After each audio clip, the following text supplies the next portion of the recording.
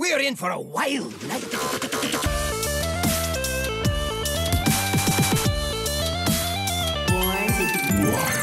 Welcome everybody to episode 115 of Born to be Wild, a Wild exclusive Hearthstone podcast where we have fun hanging out with friends, talking about the Wild format of Hearthstone, spotlighting members of the Wild community. I'm your host, as always, Nate Wolf. It is great to be back on a beautiful summer Friday evening here, joining you from Portland, Oregon, joined by two of my favorite people. Hydralisk, how are you tonight? I'm great. Are we back already? Weren't we just here? Hey, we were just here last night. Yeah. It was kind of odd to do things on a different night, but it's great to see you already so soon. Last night was an amazing night. There's some stuff people need to watch, and tonight's going to be great as well. So I'm stoked. Happy to be here. It'll be great. Unfortunately, Sheep is out sick. We seem to have passed the COVID amongst the three of us across countries here, but through the microphone. Unfortunately, but best wishes to Sheep and family, and hope that they feel better soon. And that being said, I'm joined by one of my very good friends, Blutrane. Welcome back. It's always good to have you, and I really appreciate you jumping on, especially with like zero notice. So thank you for being here. It's always great to hang out. Thanks for having me. It's like the double, 2 episodes, 2 Canadians.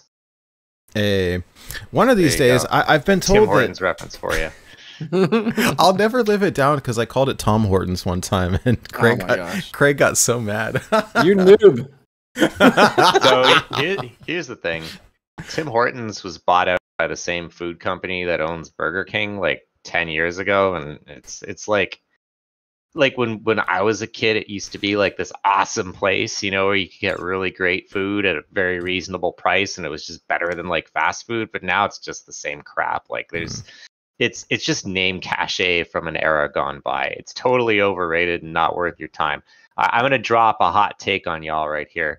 Not getting sponsored by Tim Hortons anytime soon. Can you shake your hand at the sky while you do it? Dunkin' Donuts is better than Tim Hortons. What about country style donuts? Don't at me. Pretty good. They don't have that out west. Do they have that out? I don't think they have that here. No, I had a Toronto thing. Back east, I had it, but I remember that. I lived with my aunt and uncle like that. They lived in like Ontario. Fun fact, totally rabbit hole here. Blutrane, if you're missing country style donuts, I believe there is one in the Mission Walmart. I'll settle for Duffin' Donuts. You're not driving a Mission? Not a lower. Yeah, I'm not driving a Mission. I thought you got to make a surprise Pikachu face there for a minute.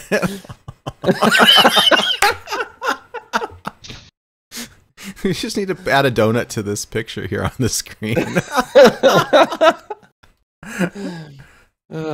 Yeah, Tim Hortons. Sorry, guys. But you know how it is. You never appreciate what you have. You always take it for granted. So true enough. For all we know, everybody out there would come here and try Tim Hortons and think it's amazing. It's very possible. That's hilarious. Well, for those of you joining us for the first time, welcome aboard. Let me briefly explain how this show works. We record this podcast live every Friday evening at twitch.tv/borntobewildhs, and the video version of this podcast is then posted to YouTube shortly thereafter. Audio versions are also distributed to all podcast apps. However you're watching, listening, or absorbing via osmosis this podcast today, thank you. Yes, you. Thank you all. Really appreciate everybody for the support and for hanging out with us, especially those of you who are joining us live here. Always really appreciate hanging out with everybody, having you join us here on Friday evening when you could be out doing something else, but always love it. Real quick content plug before we get into the meat of the show. So I wanted to say a big giant thank you to Shokun and to the other patrons of our show. Your support means the world to us and helps us to fund giveaways and keep the website running and all that stuff. So thank you very, very much.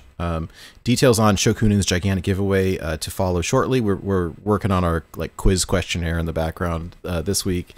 It's been kind of fun. So it should be ready shortly. I know we're running out of time, but just about done with it. If you are looking for ways to support the show, if you give us a like, follow, subscribe on YouTube, that helps. Same thing in terms of a review on any of the podcast apps. If you are interested in getting any of our emotes, you can subscribe to us on Twitch. We have some ones that are free just for following, and we've got some other emotes that are pretty fun that you can get by subscribing. That is free if you have Amazon Prime. We have merch stuff up now that's on our website, so borntobewildhs.com. If you go there and click on the merch page, we've got a bunch of shirts with some pretty cool designs and stuff. They're really fun. I like them. And finally, if you are interested in supporting the show financially, you can join our Patreon for as little as $1 a month. Any money that we get goes back to support the show. Last thing is just if you're interested in hanging out with any of us personally, we do have a Discord server. It's free to join. I'll put the link in the chat, and it's all over our website as well. We have really fun community there. It's very wholesome. We share deck lists and screenshots and funny deck names and that kind of everything under the sun. So some good discussion and good times. So yeah, links to all of that stuff and more can be found again at our website, borntobewildhs.com. If you're watching the video version or live, it's like in the lower right-hand corner of the screen there. So yeah. All right, so this is where Sheep would usually talk about the listener series, but Sheep is feeling kind of bad tonight. Sorry, that's so terrible. I'm sorry. I couldn't resist, but I'm going to go get my trombone.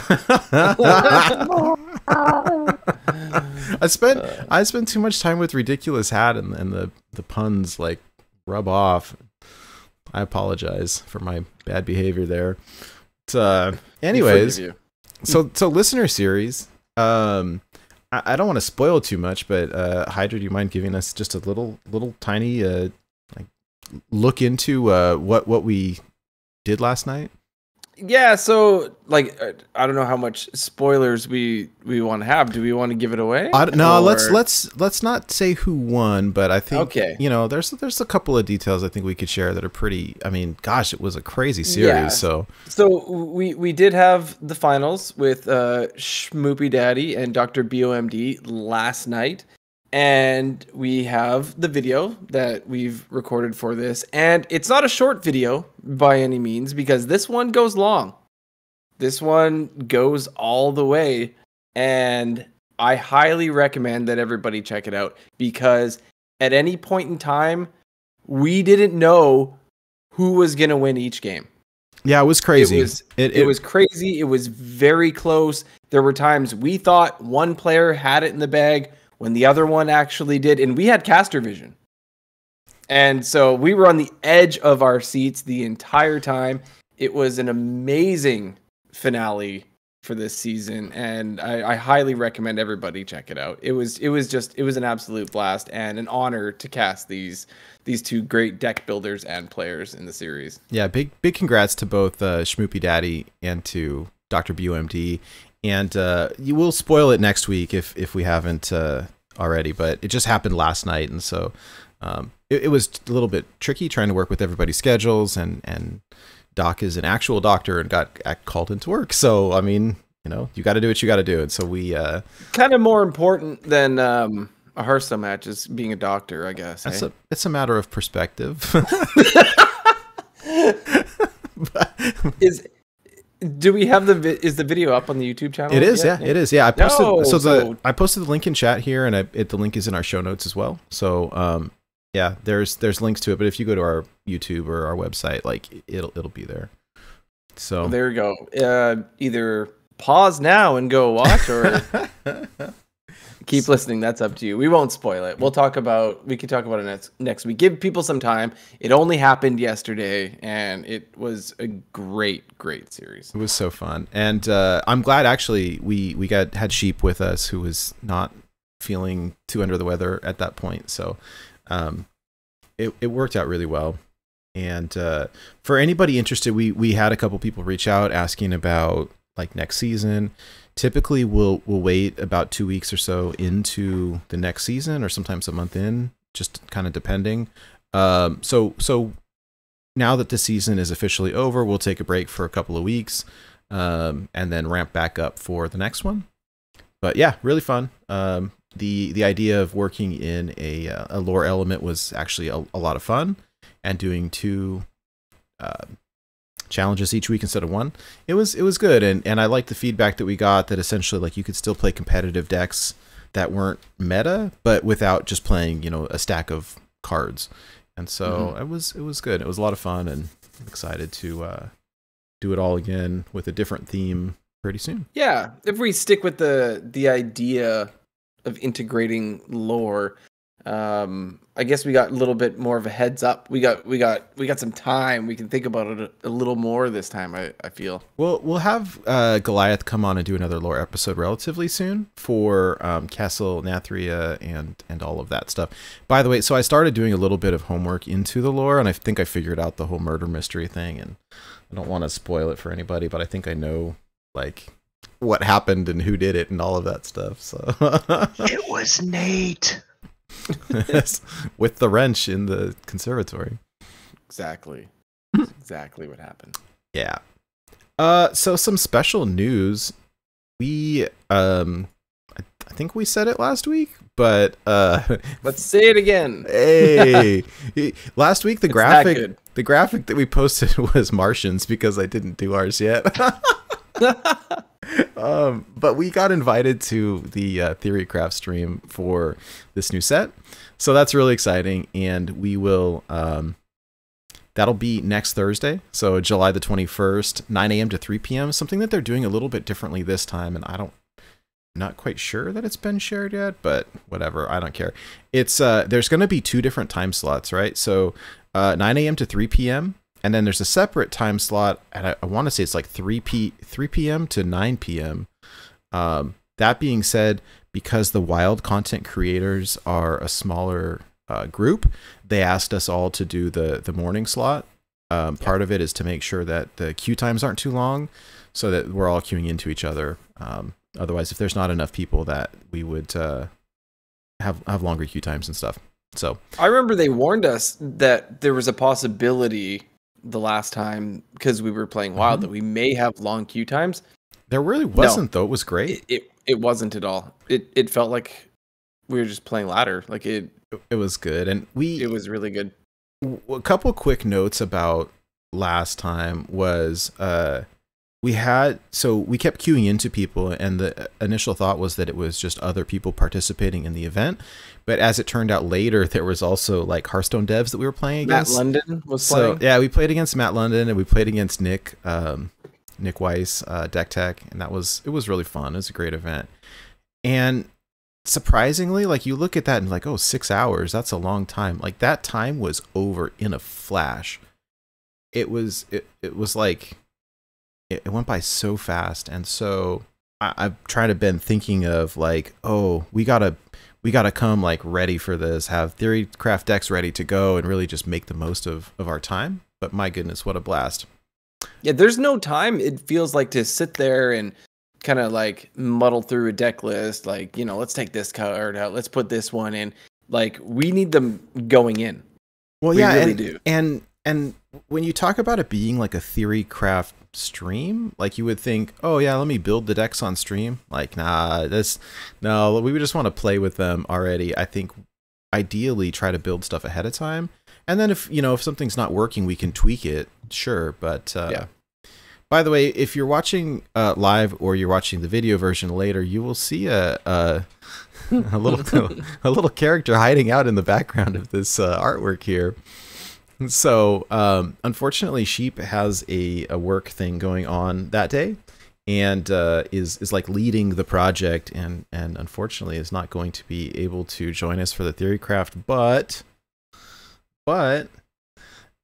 we have a very awesome special guest who will be joining us during that time.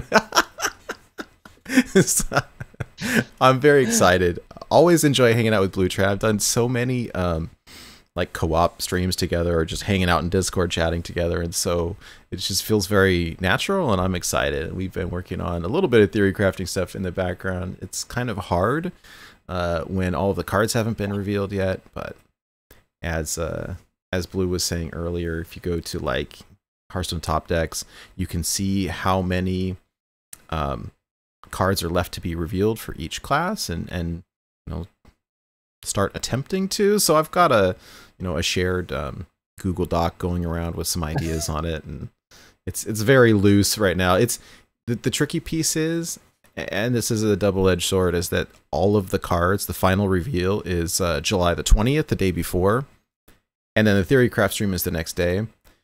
And I think they probably do this because they don't want too much time to go by for you to like build all these crazy decks. Part of it is that you're supposed to be, you know, goofing around with the new cards and seeing what works and not solving the meta on day one and whatever. So, unfortunately, that only gives us one day to try to build stuff, and we'd rather go on stream and like win games than go on stream and lose games. So that's always the competitor. Hey, you know what? That's correct. That's why the 11 stars is a curse. But anyhow, I just want to thank you guys for the invite. I tweeted it out, but I mean I meant it. I'm quite humbled that you'd even ask, and I'm really excited. I will say that as excited as I am, it is a little bittersweet because I'm sure that Sheep was really looking towards it, and you know, kind of like having to work because it's such an important event is almost like you're caught doing your homework when all your friends are playing outside. Yeah. So I feel badly for that. Now kind of getting COVID on top of that feels like the double whammy. But you know, I'm not going to take it for granted. I'm looking forward to it. So I have the day off. I'm also taking the day prior off. So I've taken 2 days off. So what I plan to do is I'm going to watch the final stream or whatever it is they do, because I assume they're going to do one. And then they're going to do the card dump. And then my plan is to take that day to do theory crafts. So I might stream it. We'll see how I'm feeling. But I want to come in loaded for bear. Cool. You know, I mean, I still would encourage you guys to make your own decks or to solicit, because mine are probably going to be more of like the types of play styles I enjoy, because I think I could do a better job putting those together. But I want to definitely, like you said, Hydra, I want to have a selection going in. So I've thought, so I have a process that I'm going to follow, and I don't know if it will be successful, but I think it will probably work, whereby I'm going to build the decks like I would if there were no deck building requirements in place. And then I'm going to look at the decks that I think can translate to the deck building requirements. And for those who don't know, you are required to include 6 cards from the new expansion. 1 has to be a legendary, and the other 5 could be any combination of rarity type from Castle Nathria.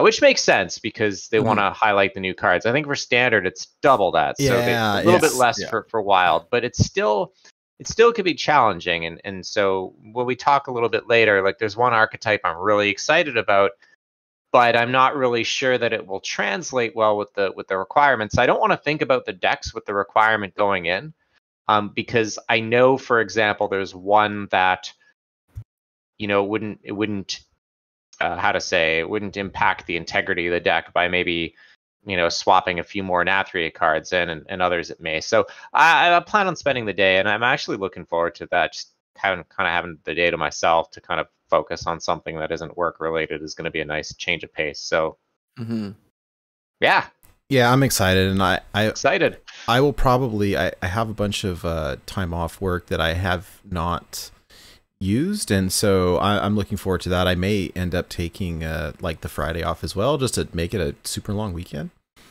But that would be nice. Yeah, so I've only booked the one personally. At the same time that I booked this, I also had to do a week off in August that I want to have for a family camping trip, and I was like, oh, maybe I could get a Wednesday in, or maybe I could get a Friday in, but I was like, I don't want to ask too much at this point, so. Yeah, no, just taking the one. Yeah. Hey, I'm glad that you got it off though. I'm looking at the email from them right now, and it says to verify. So we get access the day prior, but we can't share any of it or show any of it until the time and day of the stream. And then the wild decks have to have 1 legendary plus 5 for a total of 6 of the new set, and standard must have at least 10 from it. That's tough for standard. That's a lot. There's no We get the good, right. good, It doesn't good say they don't have to use. It doesn't say legendaries. It just says there must be at least 10 Murder at Castle Nathriel cards included in each deck. Oh, so is the legendary a wild restriction only? It is. It is apparently. Interesting. Mm-hmm. Interesting. That's cool. I would just stick Renathal in every deck, and then, there you go. We Well, could make yeah, a standard deck and try to gonna beat stick everyone that. wild with it. Gonna stick that 3/4 in every single deck. And Right? there's yeah, probably there's some cards. My goodness. Are you talking about Lothab Jr.? Yeah, the cult neophyte for Cult minions. Neophyte. Yeah. Is it for the Forensic Duster? Yeah, that card looks. Yeah. Well, let's. So what we were going to talk about a little bit tonight really was, and again, this is pretty loose, but did we have any preliminary ideas for theory crafting just based on the cards that we've seen so far? And you know, there's some. I have not seen anything in Demon Hunter that has caught my eye at all. There's the weapon that looks cool, but like Demon Hunter is not super great. And you know what? Freaking what's his name totally baited me the other day on Twitter with a 5-year-old post or whatever it was, or Ogre. yes, Ogre. No, it was a 2019 post or 2020 post from Corb with the odd Demon Hunter, and I was like, oh, it's back? Corb's playing it at High Legend? What?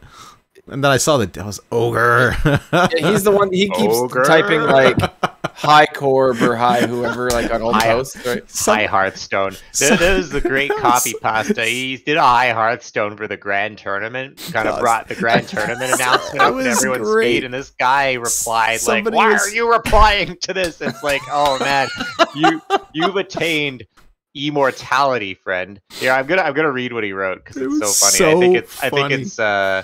I think it's safe for the stream. I'll edit out the swear words, but this guy has attained immortality because he will be immortalized through the copy pasta. He took Ogre's bait. Yes. Yeah. So here it is, dude. Why on earth did you comment on a, in capitals, 7-year-old post? Exclamation mark. Hearthstone's newest post was like an hour ago. Why not comment on that?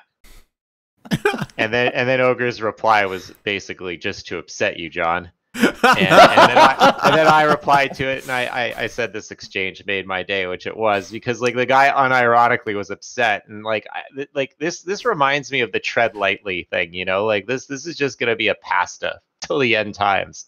Yes. That's incredible. Anyways, I was tickled by that. That was very amusing. I think I laughed out loud, and I just because Ogre is, I think, like the Hearthstone equivalent of a Rickroll. It's great. It's so funny. Yeah, good times. But and also there was in addition to maybe some of the things that we're looking out for potentially with the revealed cards, there's that tweet from earlier that if we have time we can talk a little bit about gameplay etiquette and frankly social media etiquette, how to interact with the community, and I have some thoughts on it, and maybe wholesome thoughts, but maybe that might warrant a discussion. But going back to your comment, Nate, about Demon Hunter, yeah, just looking at the Demon Hunter cards, I think the thing with Demon Hunter, and I just want to caveat this by saying we don't know anything. Yeah. When we saw the United and Stormwood cards, I thought, Demon Seed would be unplayable because it was a quest. And look what happened. We all subsequent rated nerfs it. And then banned. Yeah. So, Most people. Even So us. I think we gave it like a 2 or 3 out of 5, I think. Yeah. So we don't know. But Demon Hunter first impression, it's all built around the relics concept, which may or may not be cool, but generally those kind of conceptual things are generally standard focused. Someone said something really interesting, kind of like why are we not unnerfing like Skull and a lot of the other Demon Hunter cards? And I don't remember who it was, but there was a hypothesis that they're going to rotate back into cores. So like, why unnerf them if you're just going to have them nerf them again? And I was like, yeah, because like you don't have a lot of options with Demon Hunter. So Demon Hunter's kind of, I don't know. I never get too excited about it. But you know, there's still an epic and a rare that hasn't been revealed. So who knows? That might be the glue that makes it all work. Yeah, so you never know. Nothing really in Demon Hunter caught my eye. I do like, I mean, hypothetically, if Odd Demon Hunter ever comes back, the new weapon, the Magnifying Glaive, looks good. 3 mana 2/2 after your hero attacks, draw until you have 3 cards. Like, it fits in an aggro deck really well. But you mean there's a viable wild Demon Hunter deck that's not aggro? No. In fact, there's not a viable Demon Hunter deck that is aggro. Unfortunately. You know, it's like a Jeeves on a weapon. That's cool. Every once in a while, you know, we've seen NHL and some other people like try to make it work, but it's just not quite there.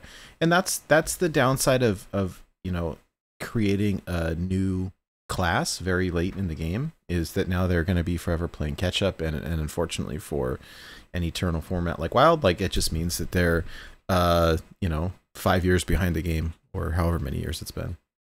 So kind of moving on to Druid.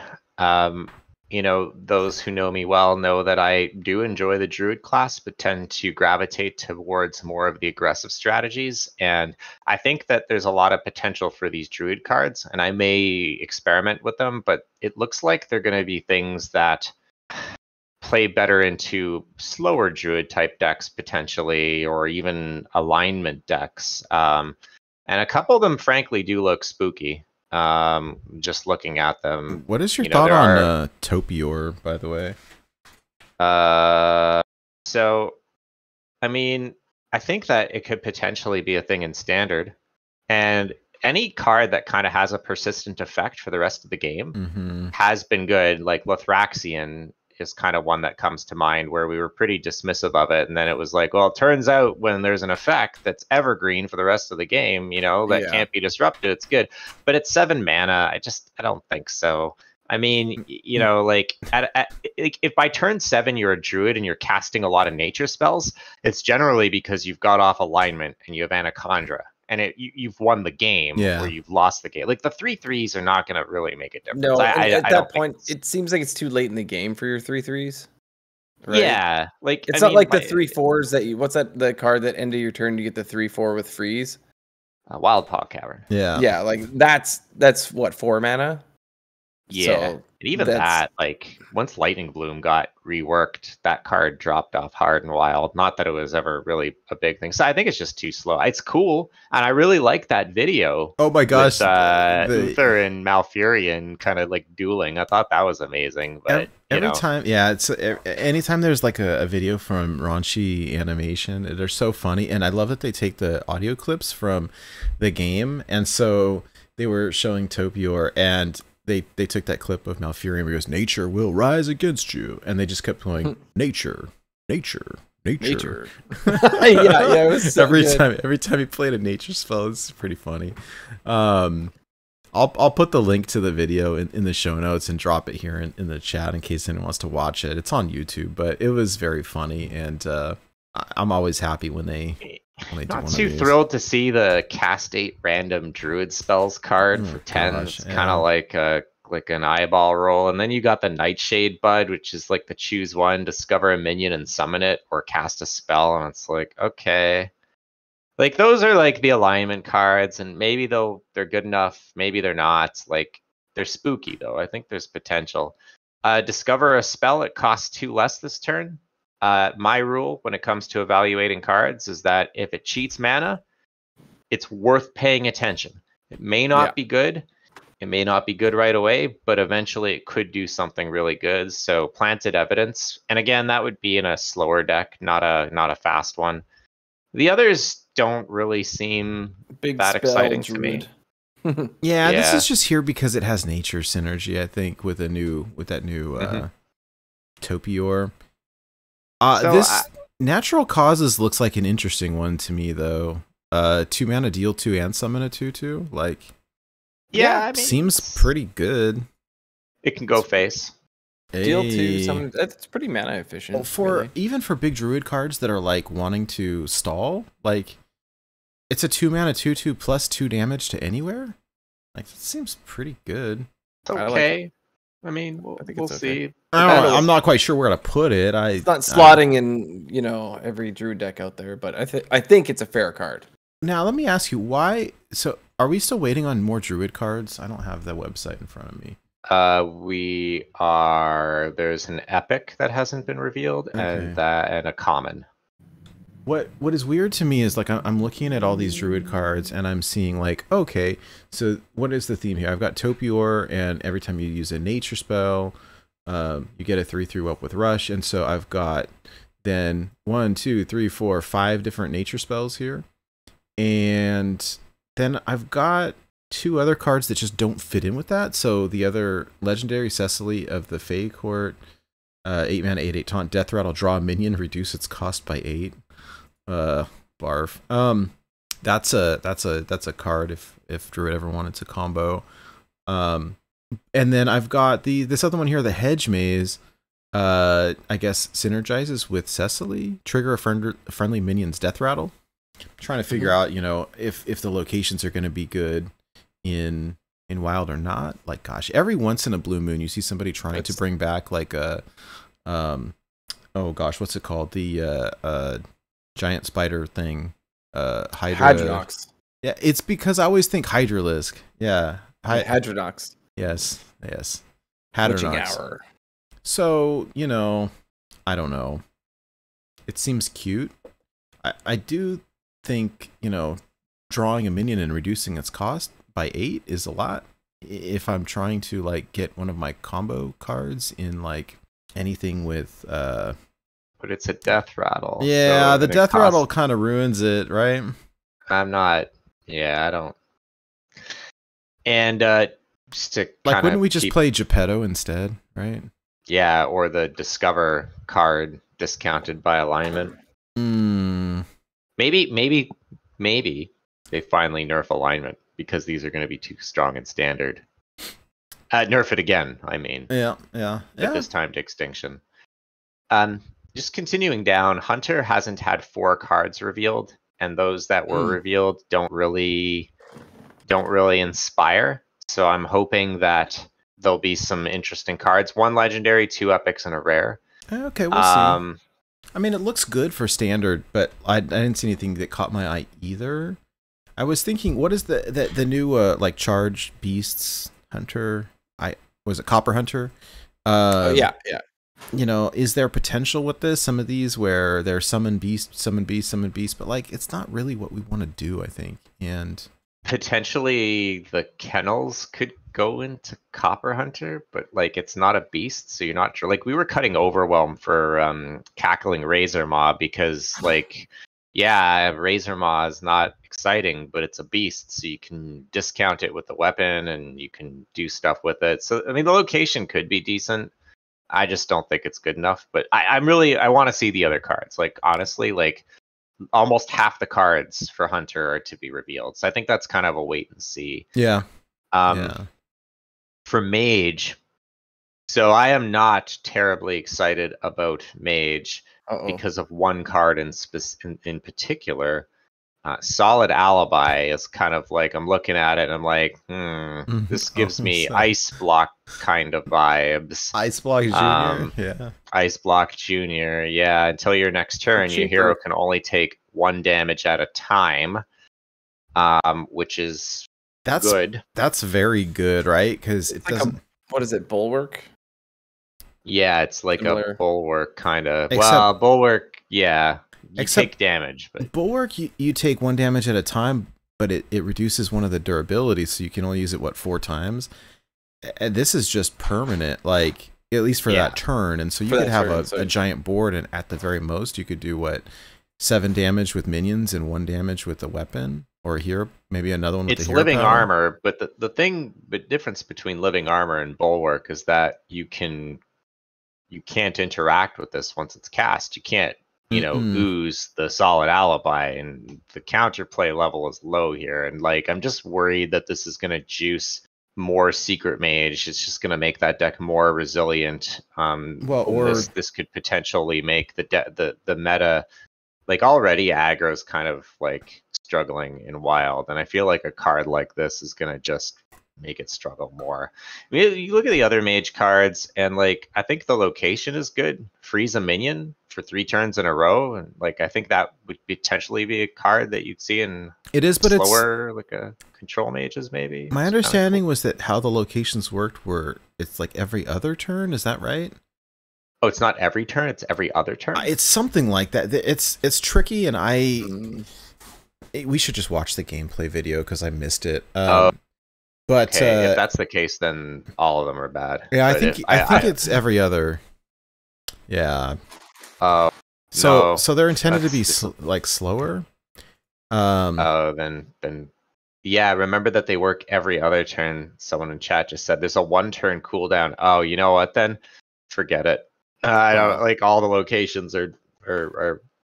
Yeah, I thought you could use it once a turn every turn, but oh gosh, no, not. Yeah, and then the limit is like what the yeah. So I thought like if you played here, like Night Cloak on 3, you could freeze something on turns 3, 4, and 5, and then it would, you know, like a weapon, it would break and go away. So you could use it. It sounds like every other turn. So is it the turn that you play it or the turn after you play it? I mean, it's not like either way, it doesn't matter or anything. So I guess it's the turn you play it. You use them, they flip, and then the next turn after you can use them again. You use them and they flip. So if I have 3 mana crystals or something, I play Night Cloak Sanctum. I freeze a minion right away. Then on turn 4, I have 4 mana crystals. I can't use it again. Turn 5 comes, I can use it for the second time. I believe you can use it as soon as you can play it. But honestly, like, that's not good enough. I don't know. Maybe it is good enough. We have to play it, but it's certainly weaker than I thought. So I appreciate the clarification. All right. Well, then I'm not terribly excited for the location. It looks like they're going for this whole skeleton thing, which is kind of, again, feels like the relics. Like, yeah, there's a video on the on their official website thing. Let me just kind of open it in the other tab here. Sorry, it's are to enable players to kind of play a little Hello, bit more. Kibler. Is there a location gameplay? Here's the link. Put it in 3 mage cards have not been revealed. Just to kind of be consistent, a legendary, a rare, and a common. So again, 3 cards is significant. So yeah, again, we'll see. Maybe another secret. I'm not going to play it on the show, but I posted the link to that video in chat and in our show notes here for the location gameplay video. So that's what that YouTube like auto plays on my computer. So there's a video with Brian Kibler doing some gameplay. It's like 45 minutes long, 41 minutes long of the locations in particular. So I'll have to check it out later. But because they're like every other, it kind of seems like unless there's like a win con built in, it is not necessarily what I want to do. No, it's very slow for wild. I mean, you pretty much will use it one time.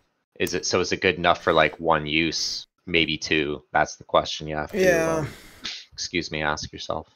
Maybe there'll be like one broken one. How like Spirit of the Frog was the best. There might be. I had my eye. I think it was the Rogue one.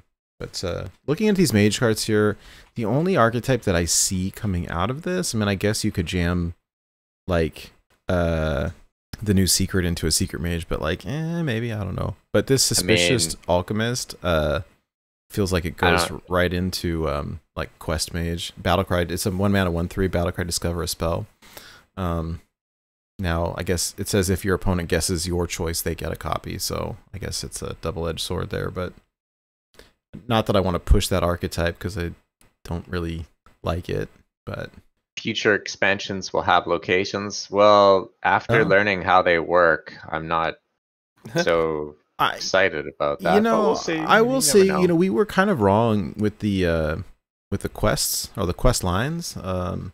Initially thinking they were going to be too slow, and so if there's a good one, I mean, or maybe there's a style of gameplay around it, I feel like they work well for standard. If, hey, there's new archetypes, right? Like, oh, hey, volatile skeletons, with several different cards here, and the legendary Kel'Thuzad like resurrects them and stuff. So.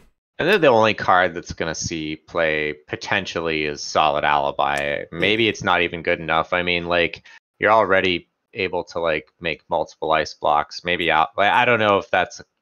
It's just like it's one of those cards that it's like if it's good, it's gonna feel bad, and if it's bad, then it's never gonna see play. So we'll have to keep our eye. Yeah, it's definitely the one I agree that has got my attention. I feel like that if it sees play, it's gonna be annoying.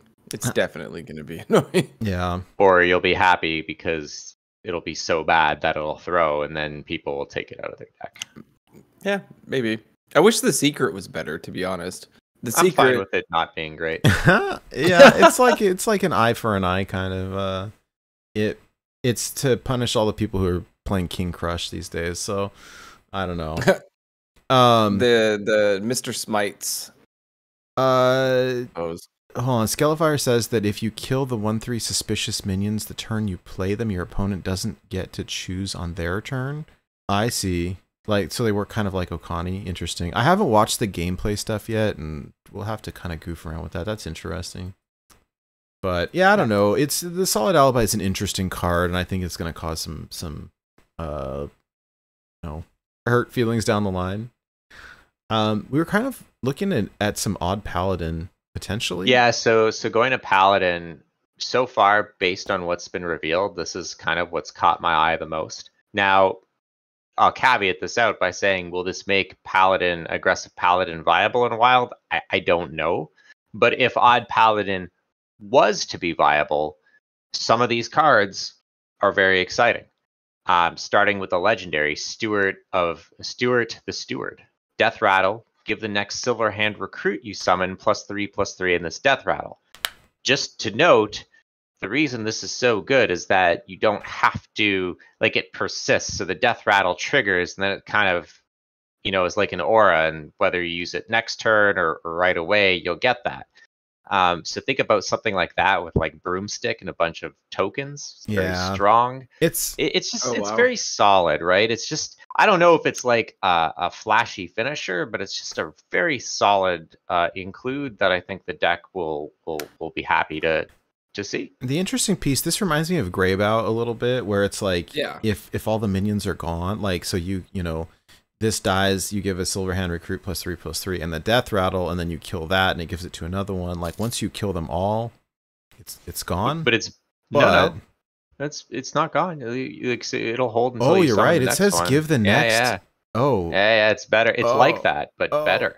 The only way to get rid of this is to, like, unless I'm wrong and I'm kill not everything reading else it properly. No, I mean, you're right, because that's how it reads. It says even like the next turn. Yeah, that's my understanding. You make a dude, and the next turn it gets this forever and ever it's very and ever. Good. So that's a very exciting card. No, well, I mean, it says so it says give the next Silverhand recruit you summon +3/+3. So if they all die, that's fine. Then you summon another one, and it's going to get +3/+3, so right? It needs to be silenced. Basically, it's the only solution. I think so. Like, does that count when you summon? Like, when you use your hero power, does that count as a summon? Yes, because it says summon, not play. Yeah, it's very strong. Yikes! So the other card that is just good. It's not flashy. Promotion. 1 mana. This is Silverhand recruit +3/+3. That's just solid. Yeah, right? It's just good. Yes, it's very good. It's to make up for them taking away our conviction. Yes. I mean, in a way, this is different. The reason I like cards like Promotion is because they're flexible. In aggro mirrors, you can use it to trade favorably, and against slower decks, you can use it for that little bit of extra damage. It's just flexible, and at 1 cost, it's very good. I'll note that a 1-cost card also pairs really well with the Paladin quest that was printed last year in United and Stormwind. So this is another deck that I'm eyeing, right?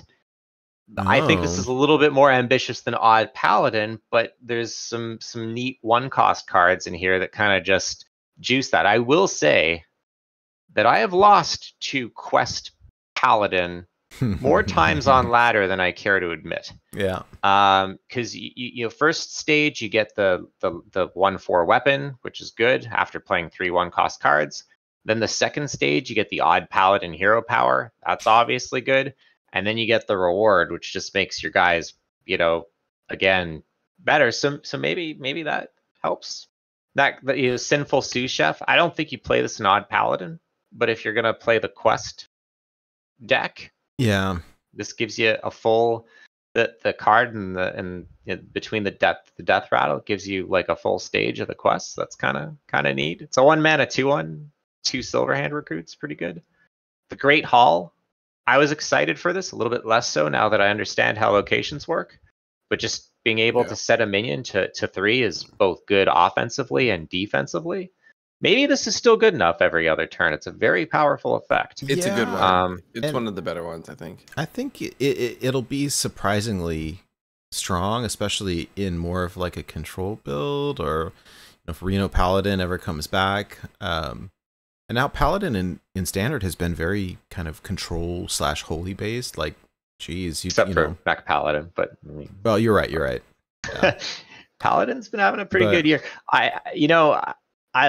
Paladin was probably one of my least. It was the least played class. I had more games with Demon Hunter than Paladin before I got really into Odd Paladin last year. And I gotta say that like I really like the.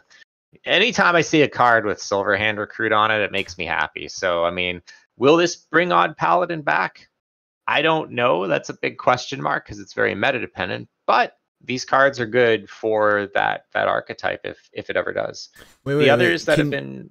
I apologize. Can you choose when you use it? Like, you don't have to use it. What? Like so on your, because you use it turn 1 or whatever, or can you just pass? I would imagine you can pass if you want. Oh, so if you could store it. This is what we get for not watching the gameplay video of the locations, so here's right? the thing: like, if you're gonna play a card and not use it, like, I mean, you want immediate impact, right? Well, maybe turn 1, but let's say you play this on turn 2, then turn 3 you don't get to use it, right? But then turn 4, at that point, can you sit on it? Yeah, I would imagine you can. And then use it whenever you want, whenever it's convenient to you, or do you miss the next turn again? Oh. I think you activate it.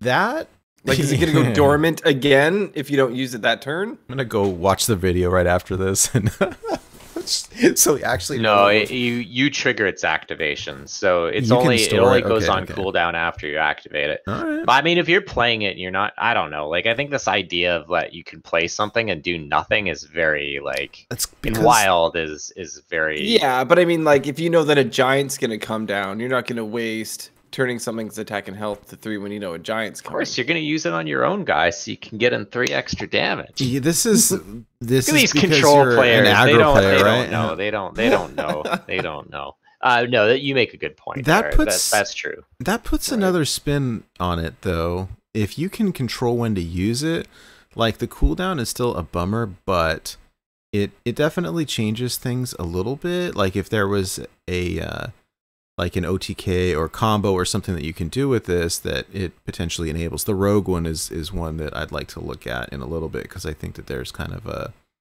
thing there. So there's still 1 legendary and 2 rares to be revealed for Paladin, so looking forward to it. So far, Paladin has really kind of caught my attention, and just with the sheer number of good cards, I think this will be one of the easier ones to craft for the event next week. Oh, yeah. A couple of ideas there. What's next? Priest? So I'm glad I talked to Zombies Go Nom Nom last night, because I didn't really understand one of the cards. Pedagos, I think is how it's pronounced. Pelagos, that's an L, not a T. I'm blind. After you cast a spell on a friendly minion, set its attack and health to the higher of the 2.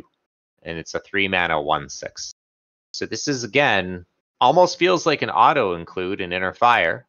That was my thought, but it's hard to guess without using it. Oh, it's very good. So, like, if you, like, after you cast a spell on a friendly minion, you set its attack and health to the higher of the 2. So if you play, like, a Shadow Power Word Shield on this, it becomes an 8/8, right? Like, it's just good, right? Yeah. So, and I didn't understand. It's the wording's a little ambiguous there, but it's very good. But like Odd Paladin, is this going to make Inner Fire Priest viable?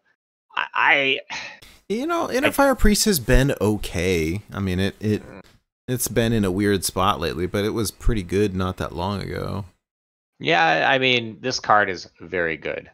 In a vacuum, it's like a 5 out of 5 card, but like kind of in the context of like, it's going to be very meta dependent, but I think that you play this in any, I mean, it's just a 3-mana 1/6 is kind of a good stat line, and then with an ability that could make that 1 into like a 6, a 7, or an 8 just as quickly. Right. It's going to be hard to get rid of, right? With that big butt. Yep. And then, so this card, Boon of the Ascended, goes along with it. So it costs 4, but it says give a minion +2 health, and then summon a Kyrian with its stats and taunt.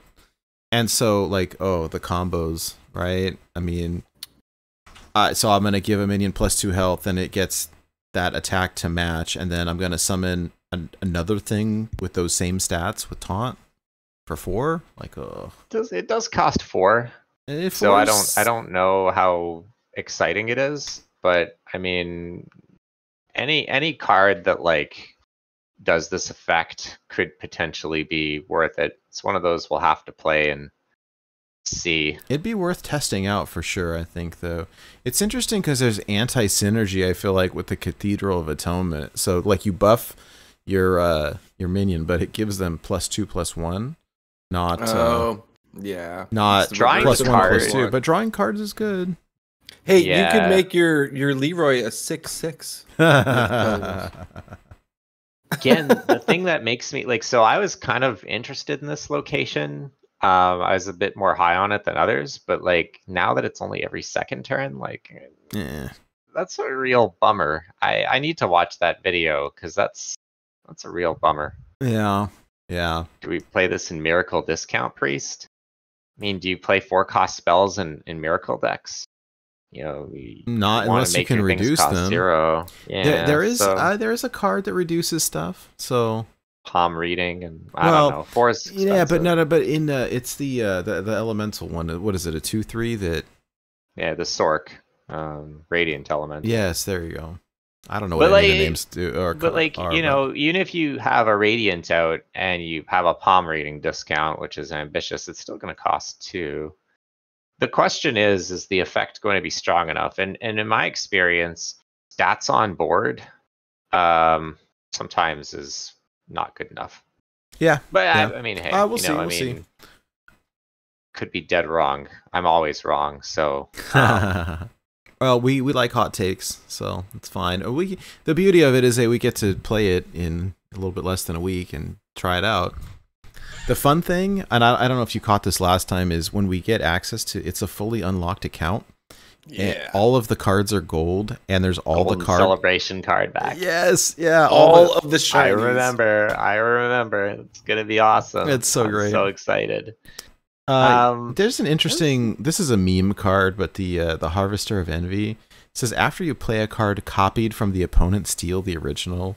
So there's some shenanigans. It seems really bad to me, but this is like trolled in material, right? So you can steal their like quest rewards and stuff like that. Milkshake. It's the elusive unicorn priest.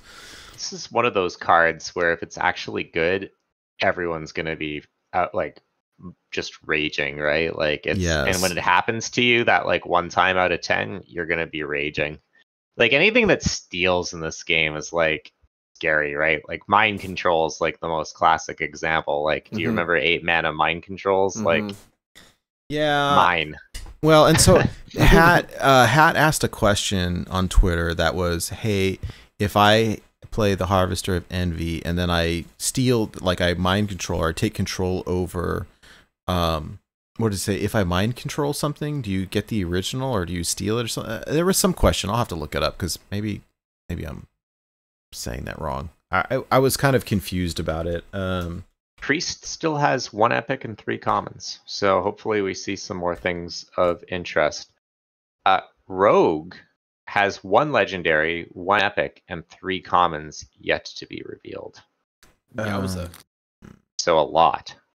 And what I've seen with Rogue has been kind of meh. I think you were excited about something here. Well, there's an idea. I'm sorry, I'm looking for this hat thing real quick. All I see are pun after pun after pun, and they're very funny, but I'm not finding what I'm looking for. There was a question and answer. Was it one of his posts, or was he commenting on something? No, he was asking the question. Whatever, we'll find it later. There's too many. There's too much here. Oh. Is it will Harvester of Envy take a minion that's on the board if you play a copy of it? Is that what you're looking for? Something like that. Yeah. And then Cora answered, "Yes, it will." Yeah, I think that was. Yeah. Harvester of Envy will take a minion that's on the board if you play a copy of it. Yes, it will. How does that make sense? After you play a card copied from the opponent, but like, so if you're running the same card, that doesn't count as copy, does it? I guess it does. I don't understand the logic there, but okay. Because if you read it, it says after you play a card, copied, not after you play a copy. I don't know. Maybe it's one of those things where the wording doesn't quite match the mechanics. I really wonder, because if that's the case, then what if I play the, what is it, 1 mana, steal a 2 attack or whatever? Like, you play anti big priest, right? So you play this in your big priest so that you can steal your opponent's Neptulon and Blood of Gahun. I don't understand. No, I don't. We'll have to wait and see. Either way, this card is it's not a card I'm kind of too keen on. No, me neither. It looks more of a meme to me. I'm gonna rage when someone steals one of my things over something that they randomly discovered in my hand. But yeah, so Rogue, real quick, there was a couple of things that I thought would be interesting if, Rogue can draw cards, right? I mean, Miracle style Rogue hasn't been a thing in quite a while, but this card here, Necrolord Draka looks pretty cool to me. So it's a 4 mana 3/4, and it says Battlecry equipped a 1/3 dagger, +1 attack for each other card you've played this turn. So if you take this idea of like a Pillager Rogue type of thing, where you're like, just play a whole mess of cards, then you get a gigantic dagger. So yeah, there's that, right? But you need room to play this at the end, right? 4 mana still. You would, but it just says for each other card you've played this turn. So if we're talking about prep, Shadow Step, and coins and counterfeit coins, right? The flavor text here, it says we originally planned on giving Rogue a legendary minion called the Moon, but someone jumped in the frame. That's pretty funny. I should read more of these. That's funny. So the location here works in conjunction with it. It's called Sinstone Graveyard. It says summon a stealthed ghost that has +1/+1 for each other card you've played this turn. So if it works just like Draka or whatever. Like, I can summon think of like an Edwin, but with stealth, right? So I mean, +1/+1 is not as much, but what is it like? The Adventurer, the really old card that every time you play something, it gets Questing +1. Adventurer. Yeah. 4 mana 2/2. Like that, but with stealth. I mean, it's I don't know. I mean, maybe. I'm not like sold on it, stealth. but I've watched people do some crazy things with Pillager, and I think you take that shell and you just drop like Draka into it, and now you've got a gigantic dagger. I mean, if I can play... I don't want to be your buzzkill, Nate, but like, if you're taking the same frame of Pillager, like, what would you rather have? Like a 7/5 weapon or a 1 game? I know I'm the worst, but I'm not. Pillager is... I spent some time with Maxi trying to learn it, and I played it myself with some success, but like, it's a little big brain. And yeah, I don't know. It just caught my eye because it looked kind of fun, but I don't know. It'll be interesting anyhow. Actually, this other card, the Serrated Bone Spike looked pretty good, actually. So 2 mana, deal 3 damage to a minion. If it dies, your next card this turn costs 2 less. That's pretty good. Seems pretty good. 2 as to a minion only, but still, it's like one of those It's like a 0 cost card, and 3 damage is an important break point, even in wild. Yeah. Not real thrilled about the secret stuff. The other one, actually, I think they've got a 1-mana spell that is probably pretty good in any of the more combo decks. It could be in Mind Rogue, it could be in Pillager. It says draw a spell, 1 mana, draw a spell, infuse 2, add a temporary copy of it to your hand.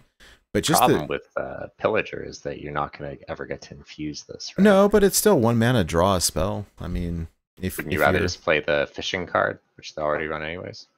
Yeah, well, maybe both. I don't know.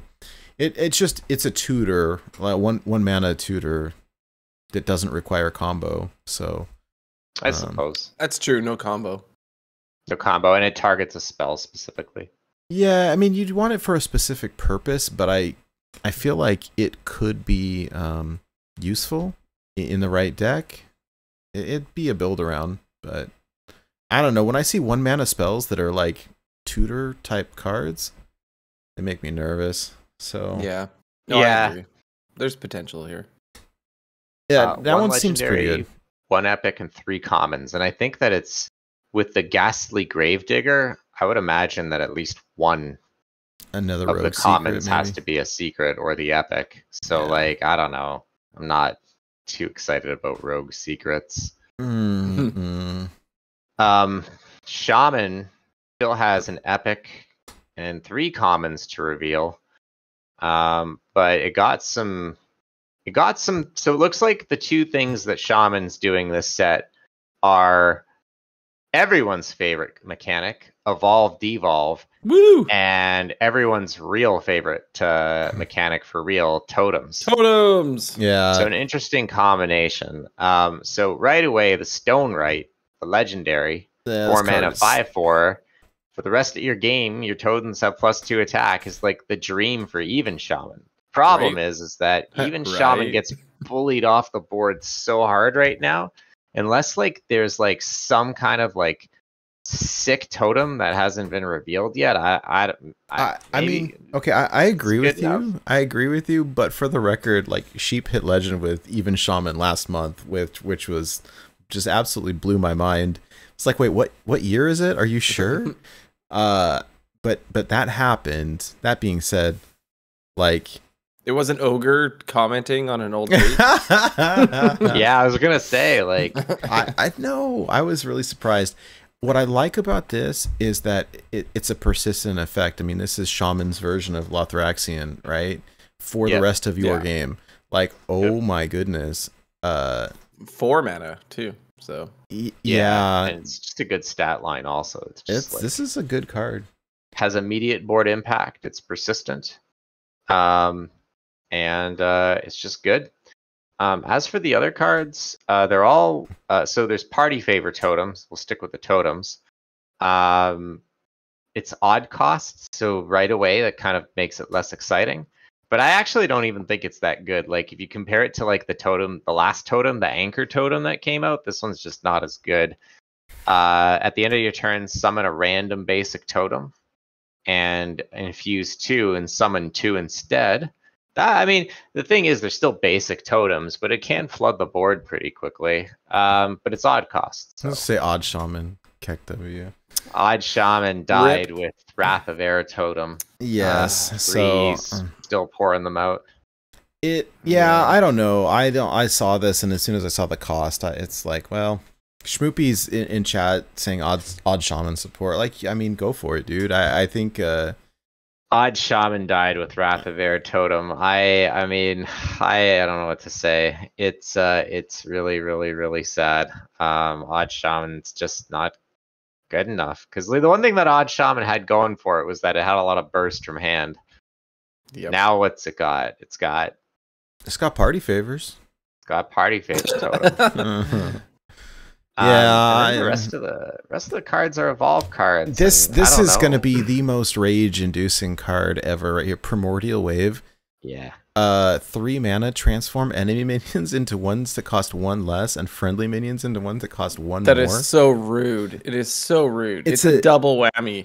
The standard players are gonna lose their minds over it. Yeah. Yeah, 100%. They're going to. This is like, it's because devolve is 2, right? This is one more, and so it's an evolve, devolve, and 1. Ugh. I'm surprised that they didn't have a more clever name for it, but I'm not too excited for this. Thing is that they reverted Bog Spine Knuckles. So like in Wild, you've got the Bog Spine Knuckles Dread Corsair, and now like with this, it's kind of like good. Like I mean, I think like an Evolve Shaman in Wild would like this card, like because you want to evolve your minions across the board, and like devolve effects are so strong. You know, all the mech decks would be really good, except Devolve as a card. You know, Murloc Shaman has been really good, but it just loses to Devolve. So Devolve is just good. Now, you know, you can kind of execute your game plan and disrupt. And Shaman decks can play 4 Devolves if they really want, which is kind of... I mean, the only way I see this being decent, I mean, I'm meaning like the evolve, devolve stuff in general, is like you said, I mean, it depends what the meta is. You know, the combo decks, anything stealth, all of the mechs, big priest to some extent, or hey, you know, they freeze your board with the snowfall, whatever, avalanche dude, whatever his name is, Snowfall Guardian. Yeah, and so, you know, okay. We used to harp on this all the time and haven't said it in a while, but like, because the card pool in Wild is so gigantic after so many years, when you get like a random one that costs more, like it could be Hyreek the Bat, right? I was just thinking about Hyreek the Bat. Great minds think alike. And it has happened, man. It has happened. Oh yeah. That being said, I was trying to clean up my desktop, and I had a screenshot the other day, and it was the Mage secret, right? That gives you a random, whatever it is it random 4 cost or something like that, and ended up with like the 4 mana 7/7 or something gross out of it, and like you can high roll, but that's what I've been raging all week, because I've been playing standard, trying to hit legend over there very slowly to maybe unlock this bundle, maybe. Anyways, I've been kind of going back and forth between diamond. Gosh, I got down to almost, I think, 2 at one point, and I'm back to 5, back to 4. But like the random stuff is just like so rage-inducing. All the different decks have a bunch of random stuff that you just can't play around, and that's where like the evolve comes in. It's like, hey, there's some high rolls, but sometimes you whiff. I don't know. I mean, well, they're pushing Devolve really hard in this set, or Evolve rather, excuse me, and it'll be interesting to watch Standard. The location cost 1, so you know that seems okay for that deck. I don't think you'll play it in Wild, especially since it's every second turn. I think Convincing Disguise actually is really good as an Evolve effect. From my recollection, when Evolve came back into Standard players were not happy for that period of time. No, they were very unhappy. Are they ever happy? Very unhappy. No, but I think that like effects that have high variance seem to really like the two like it's just the random. Yeah. You know, it's like Shaman's version of like the random mage. You know, it's just like I played a rogue in Standard, and they played the discover a spell from another class. And then they played it on turn 2, and it was the Paladin like 4 taunts card, you know, and it was like, what do you do? You know, like, it's just like if you evolve into something backbreaking, like it's bad. And unlike Wild, where you have a big pool, like you don't have the Hyreek the Bats in Standard, so it can be a lot more consistent. Yeah. Spooky. So I hope the other cards that are going to be revealed for Shaman are going to be totem centric. I hope so. Even cost. Yes. No bias at all on my part there. There's 4 left, right? So 1 epic and 3 commons. Commons. Yep. All right. All right. What else do we got? Warrior, by and large, has not been revealed yet, so it's really hard to talk about. There's 4 cards that have been revealed, but looking. Yeah. Wow. They really keeping it close with Warrior. The sword, obviously, we talked about it last time. I think there's OTK potential. The effects persist. It's really cool. Will it be good enough? I don't know, but it's definitely one to watch. But yeah, 1 epic, 2 rares, 3 commons to go for Warrior. Wow, that's a lot. Yeah, I don't even really feel qualified to talk about Pirates. Pirates. Pirates are dead. At least for a little while. They gonna print the cute pirate finally? Is this the set? Maybe one of these days. Salty Dog wasn't the cute pirate? Well, they have the art for it. They just take one of the patches summons for mercenaries, right? Oh, That'd they be could the cute do that. pirate. They could do that. All right, are there other classes that we wanted to look at before looking at the neutrals? We could talk about Warlock really quickly. I mean, so the thing with Warlock, all their cards have been revealed but one, and they're pushing like an imp tribal synergy, which frankly will likely not be good enough for Wild. But I do think that the card that's in this set that has me really excited is Tome Tampering. Oh yeah, this card is. A lot of people are like right away talking about OTK combos or Darkest Hour Warlock, and yes, there's that potential. But like this is really good in like classic discard Warlock. And it's not just because Melchizar's imp. Like if you play that with like a Boneweb Egg and a Fist of Jaraxxus and a Silverware Golem, like those cards go really well with this. And that deck draws a lot of cards, so it shuffles those back into your deck, and then you can reproc them again.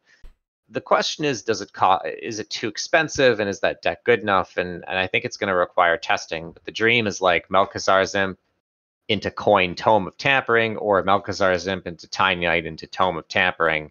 Yeah, and away you go. I love Discard Warlock. I love it. It's like one of my all-time favorites. So like I'm hopeful for this. It's very fun. It's very fun. I'm not too confident this is going to revive its fortunes. I will tell you, the beauty of this stuff is like, or at least playing on like the Theorycraft stream is like, yeah, let's build a Disco Warlock and play it, and if it's good, then great, and if it's not, then okay. Problem with that, Nate, is that I don't see any other cards that we could include from Nathria. We need unless a legendary. Unless we make it an imp disc, because the 2 legendaries for Warlock are bad. Resurrect 4 friendly imps.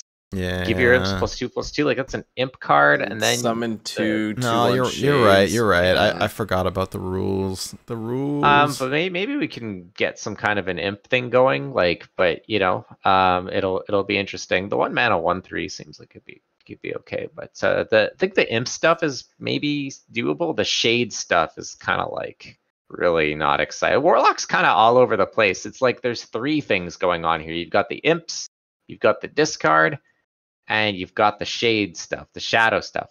Shadow spells. Yeah. So there's a lot going on. Like a direct plan for Warlock, really. It's very broad.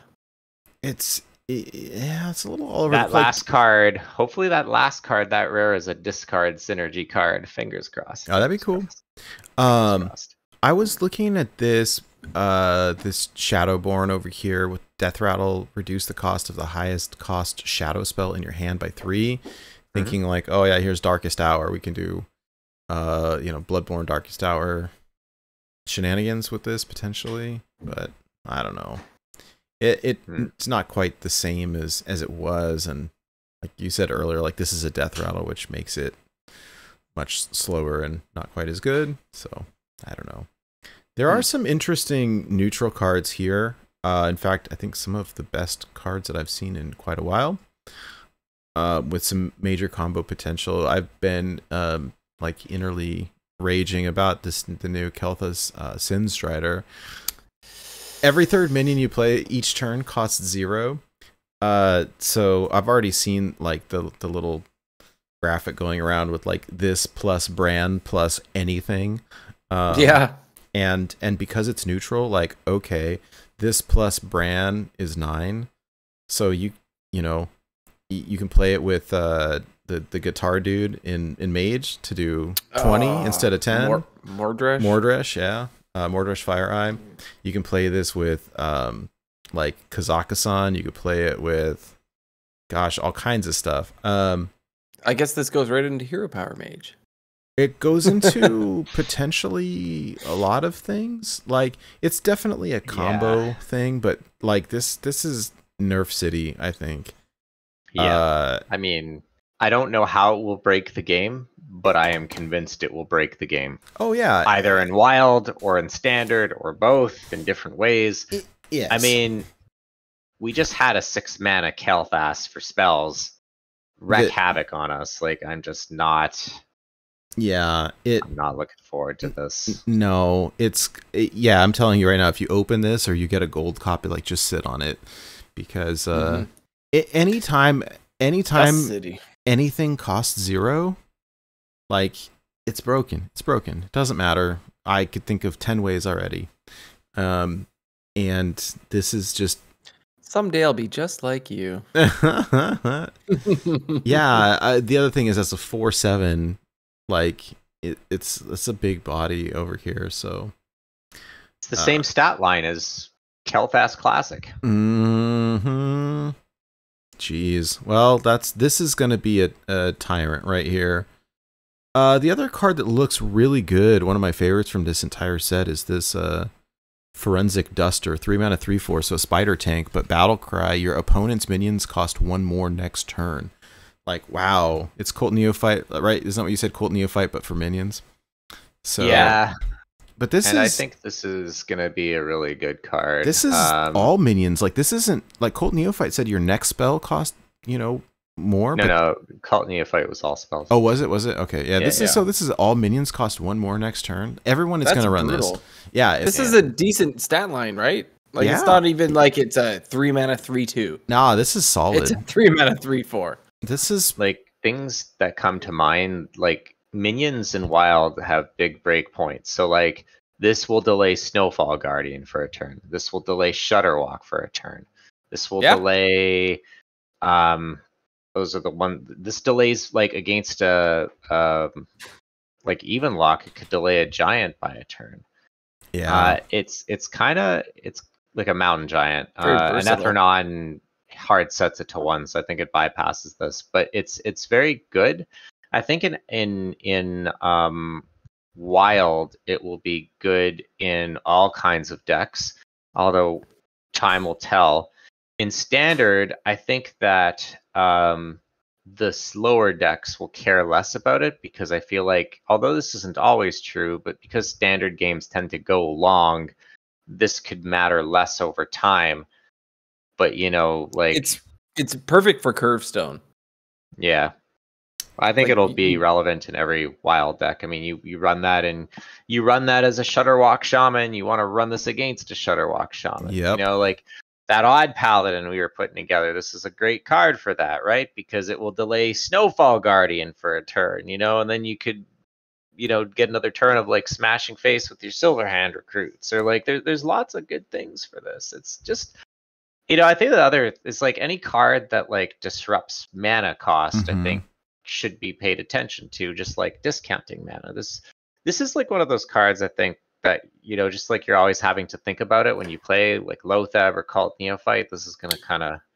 Yeah. This is going to be around, unless it gets nerfed, which, I mean, I'm going to assume that it won't, because why would cards be released unbalanced? That wouldn't happen. It's going to be something that we're going to be thinking about for a long time.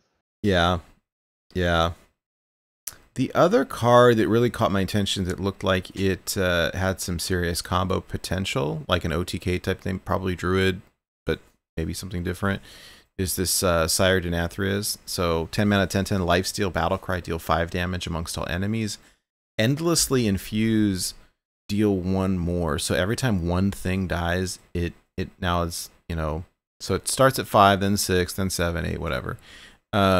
But if you want to do the goofy combo, like with the other Kel'Thas and Bran, and then drop like Denathrius, there's some goofy stuff. So is this card good because of Kel'Thas, or? I mean, I don't. It's basically a Cthulhu, right? I mean, yeah.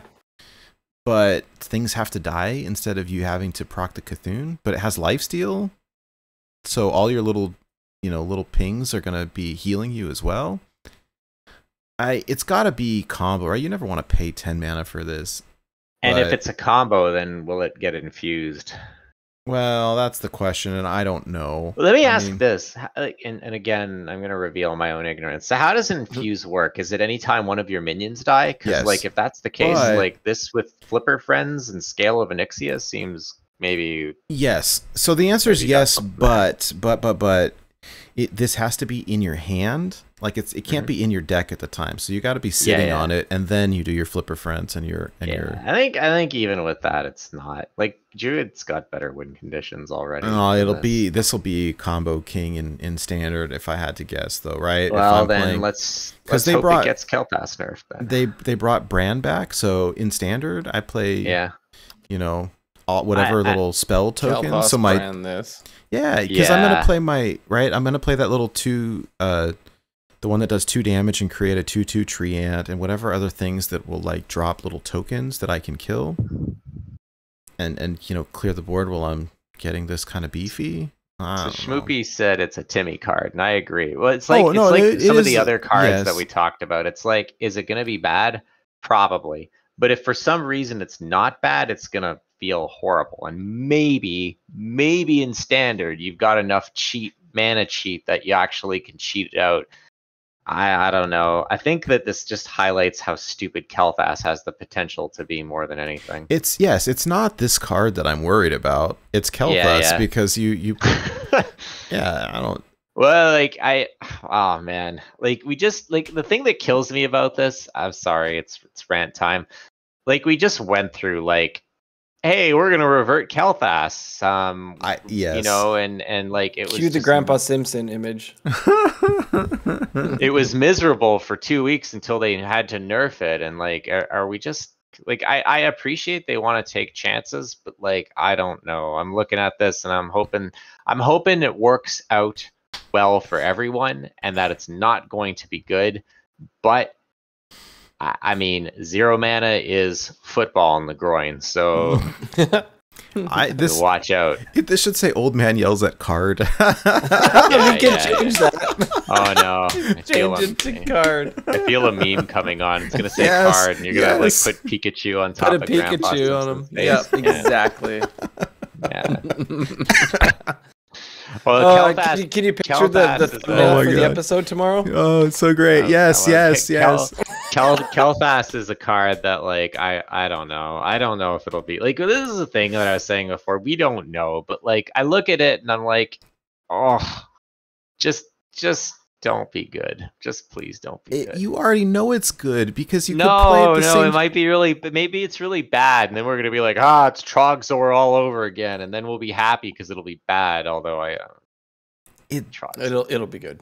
The problem is you can play it like the same turn, so this counts, right? Or you play this in a snow flipper, or you play this in anything. Like, ugh, I hate it. I hate it already, and it's I just really wow. You could play it with anything, right? And so you play, they're saying in chat right now you play this with Bran and the quest reward for Druid, Guff or anything like. It's just nasty. yeah. Speaking of Guff, he stole a card. Yeah, I cannot believe that we've made it this far with Guff still costing 5. I have a theory that they're gonna make other classes get more mana eventually. We already have every class can have 40 cards. We've got one class that can have No, don't say that, Hydra. Come on. 20 mana. I feel like that is the direction of the game. I don't know. Whatever. Well, all right. So I don't think they're getting rid of it. They may make it cost 7. By the way, so before I want to go super quick on a little bit of a rabbit trail, but are there any other cards that look spicy that anyone wants to talk about? I mean, it's not spicy. The 2 mana 2/2 discover a secret from another class seems like one of those like nondescript cards that will probably see play in a lot of decks in standard and has the potential to add a lot of random annoying and in wild, like, does every class get ice block now? Like, just freaking shoot me, like, if that's gonna be the case. It's like you're playing against that greedy druid. Oh, they've got ice block. Oh no. That's fun. I'm gonna. There's a lot of secrets and a lot of classes, so the probability of this is low that you probably don't do that because it's bad, but you know someone's going to do it. And they'll be punished 9 times out of 10, but the 10 out of 10 game that they're rewarded for it will be against you. That's right. That's right. You. Oh So my gosh. that's the only one that really caught my eye. I like red herring. I think it's a cool idea in card, but it's just bad. And there's a lot of neutrals that still are yet to be revealed. But yeah, the 2-mana 2/2 discover a secret, I think will be really annoying in standard and will be really tilting the 1 time in 100 it works in wild. Yeah, I agree. I tend to agree. Yes, I will, and I will scam you. Yes, well, hopefully I don't run into you on ladder, Schmoopy, because I'm known to yell at my screen when I play Hearthstone. I would hate for you to be the cause of it. Me? Yeah, I know. Yes. I'm a very emotional person. I'm just expressing my emotions. It's good to not bottle it up. It's very healthy of you. Yeah. Red herring is a cute card. It's interesting. I don't know that it'll be good. I just like the picture. It's like it's a red herring. I don't know. It's like it seems strong and it's not. It's a red herring. It's clever. Yes. Yeah. Oh, and it has a pun in the flavor text. He's got Gil T written all over him. Oh my god. Oh my god. I like that. Ba-doom. Wow. Oh dear. Yeah, I didn't. There's a bunch of more like random stuff. I think the bait card here is so I'm working on. I have like little notes for Theorycraft, and I've got it like my note says bad Reno Shutterwalk probably sucks. So demolition renovator battlecry destroy an enemy location. This is bait.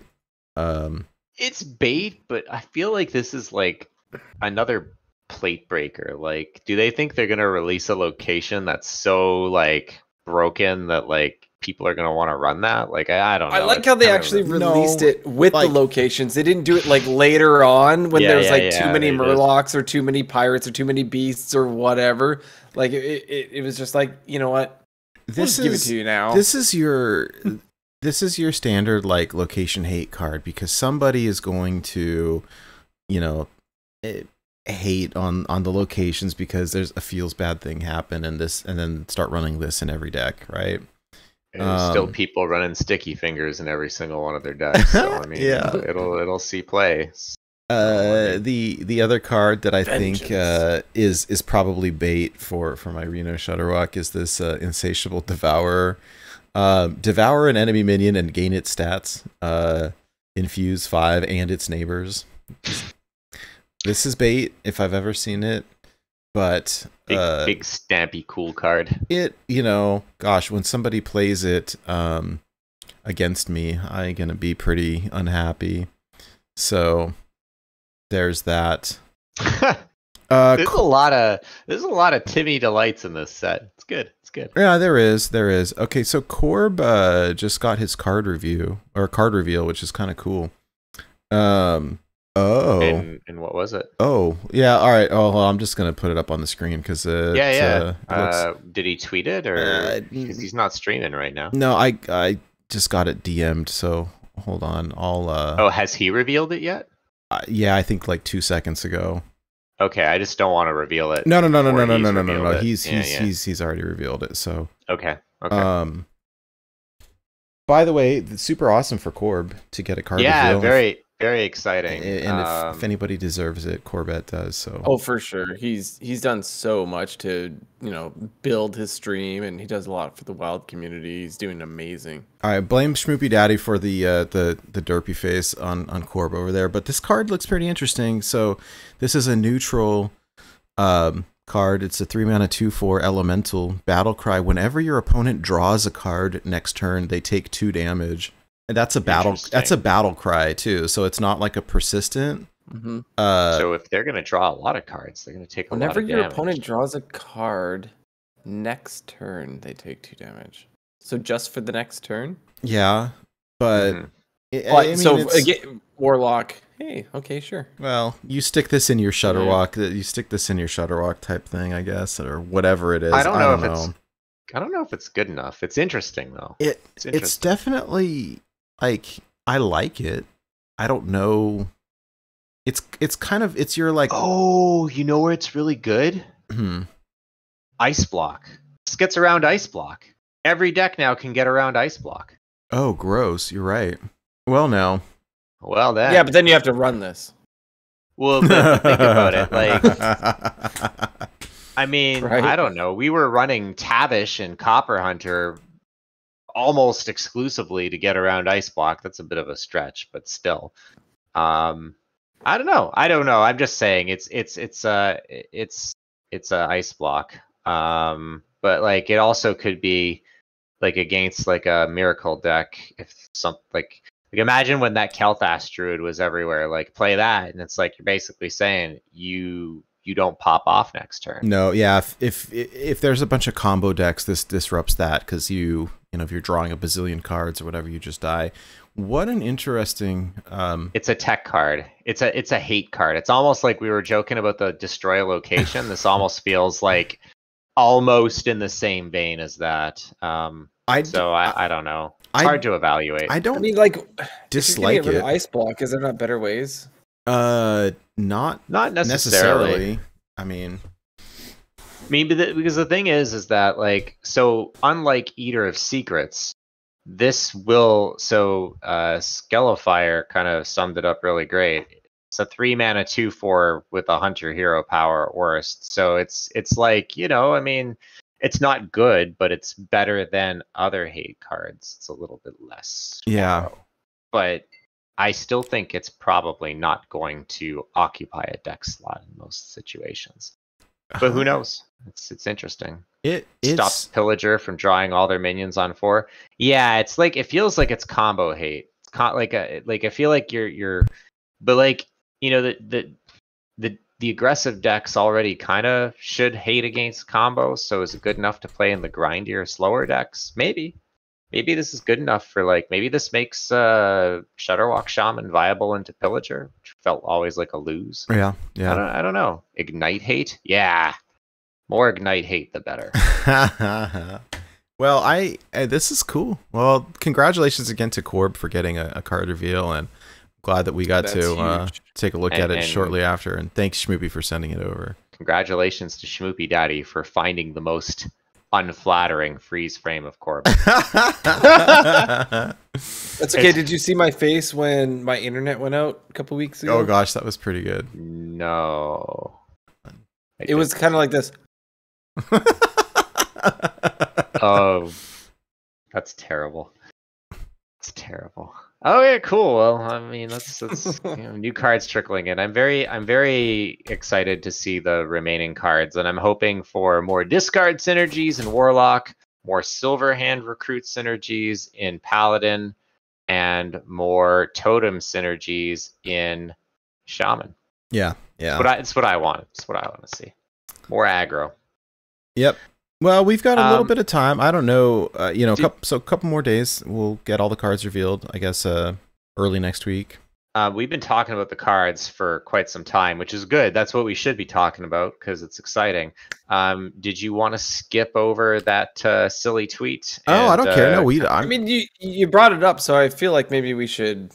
Okay. No, I just wanted to kind of put it out there because we've been going at it, talking about relevant things that we should be. All right, so this caught my eye earlier today. So there is a Twitter person that I've never heard of before that has a fairly large following, much larger than me, with over 1,300 followers, U-T, and they tweeted, I roped Big Priest versus at Corbett Games. He was angry and assumed I know that it is a, quote, stupid and unjustified. He removed me before I could ask why exactly that is. Why do you guys think, or what do you guys think about roping every turn on ladder? In my opinion, it's a good strategy. Hashtag Hearthstone. And he has a poll. Roping is stupid. Roping is smart. You can rope if you want. Roping is evil. Do you have a link to this? Oh yeah, sure. Yeah, and then didn't like the responses. I was like, why you want to ask for responses when?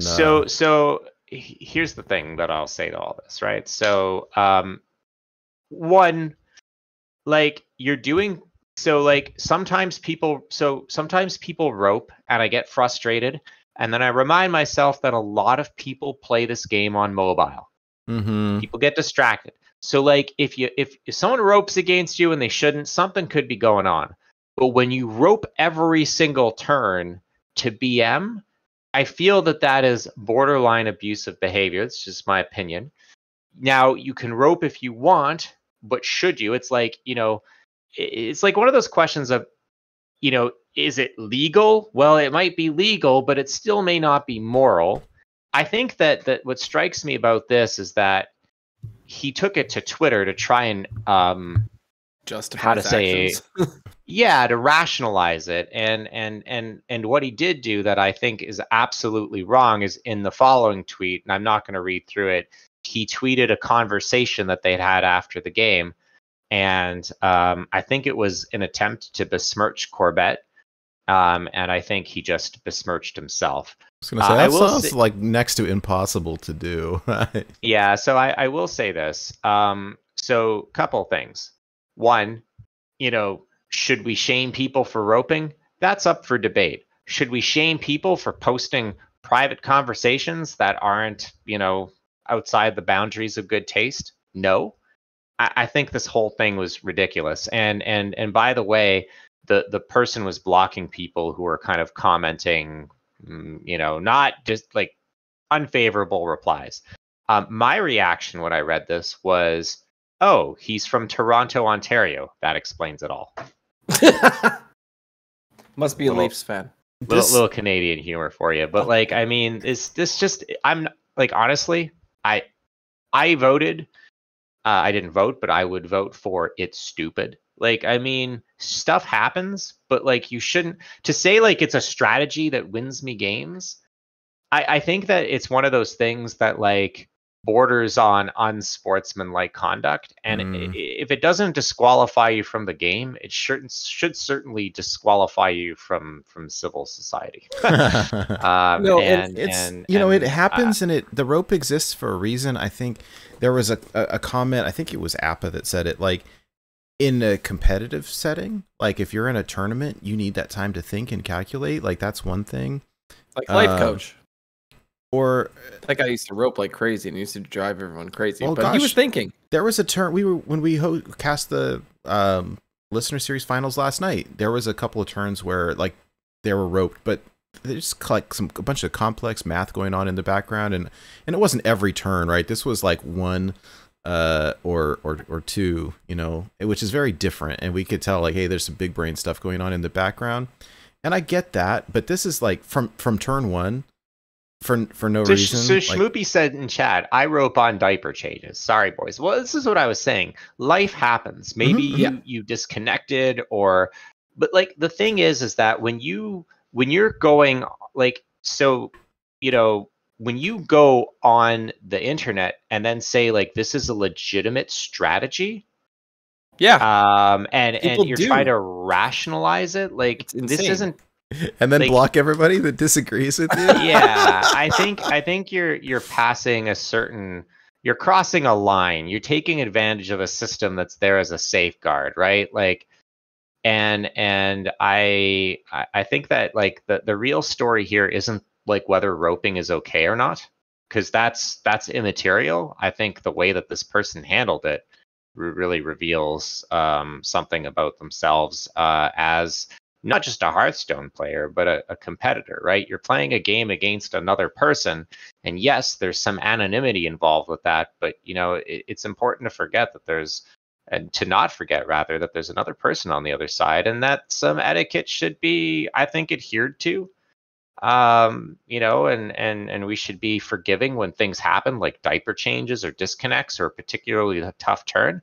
But if you're just going to be a jerk about it, my advice to you is don't go on social media and prognosticate that you're an because you like what response do you expect to get? The appropriate one. Anyways, my 2 cents. I like your 2 cents. I'm gonna have to Murgle you. What did I swear? Yes. What did I? What? Oh, did I? I'm sorry.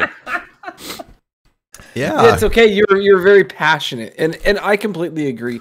I'm a guilty. I don't care. I don't care. You said. Guilty as-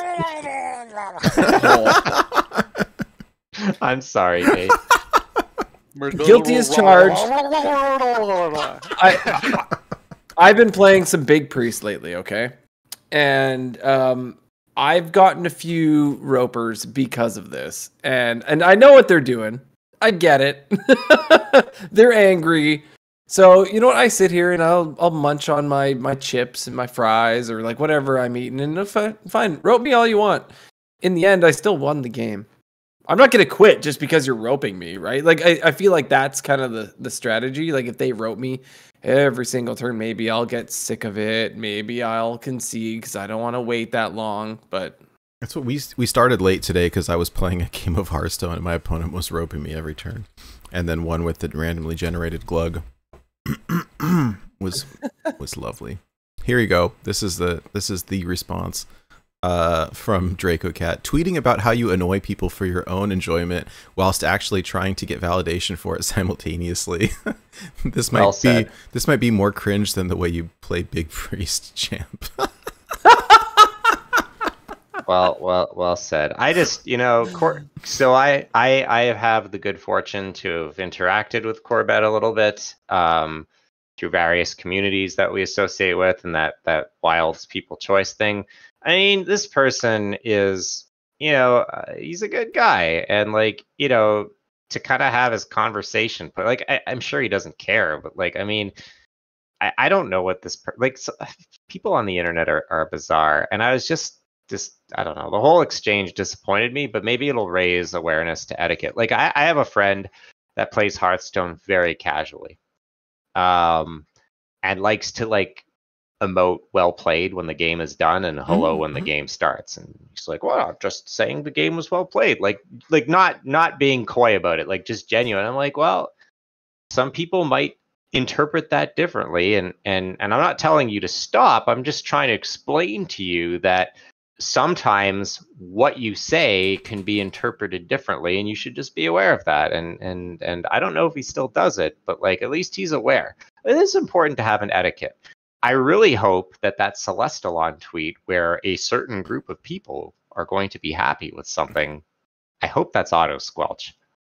Please be auto squelch. That would be pretty great. I'm glad you brought that up because that was the last thing that I wanted to chat about on the show.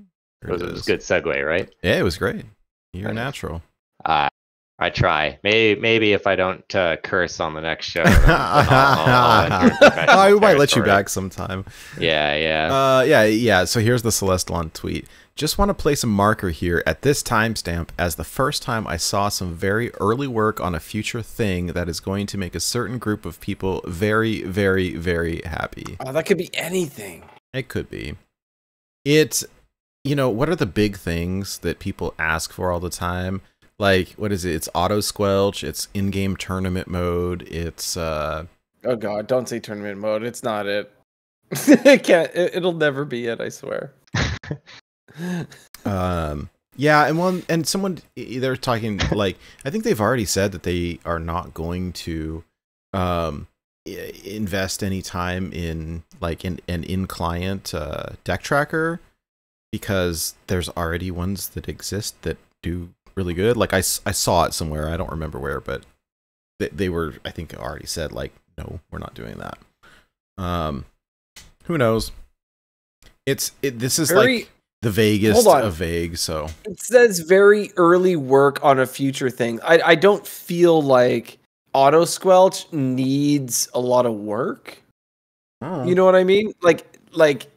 If it's something that someone's early stages of working on, it can't be auto squelch. It's something else. It's gotta be. I agree. They've talked about the idea of doing I can almost guarantee that it has nothing to do with wild. It's got to be something that that is going to be across the board. Unless it is a tournament mode. it could be a tournament mode, or what I could see is like a multiplayer mode where they talk to like what are like the Magic terms, like two-headed dragon, or like a 2v2, or something like that. Again. Like, I don't know. I mean, what Hearthstone needs, I think, is like a UI overhaul. And there's, you know, some things that could be done. I think that sometimes people underestimate the coding too. And we all like to joke, right? Small indie company, but things take time. I mean, gosh, it's taken what, 3+ years to when the new set launches in 2 weeks, we're getting finally random hero portrait. Oh, we're getting that. Oh yeah, we are. Oh, that's really Nate exciting. asked 1,000,000 times, and we are finally getting it. Hey, you're welcome. Thank you for making it. I feel like you're the only one who asks so many times in every single time. It's I just they've had one of those AMAs. That's, you know, I stopped asking after a while, but I'm excited about that. I think it'll be cool. But then someone asked, right? Oh, well, because now we've got random card back and we can do random hero portrait. Oh, can we do that in Battlegrounds?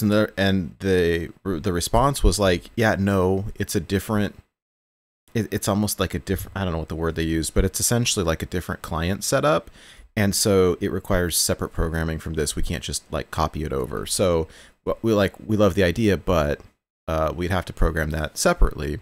I know Sheep has been asking for a while, like, oh, cool, you can do card backs and hero portraits. Like, can we do the coin also?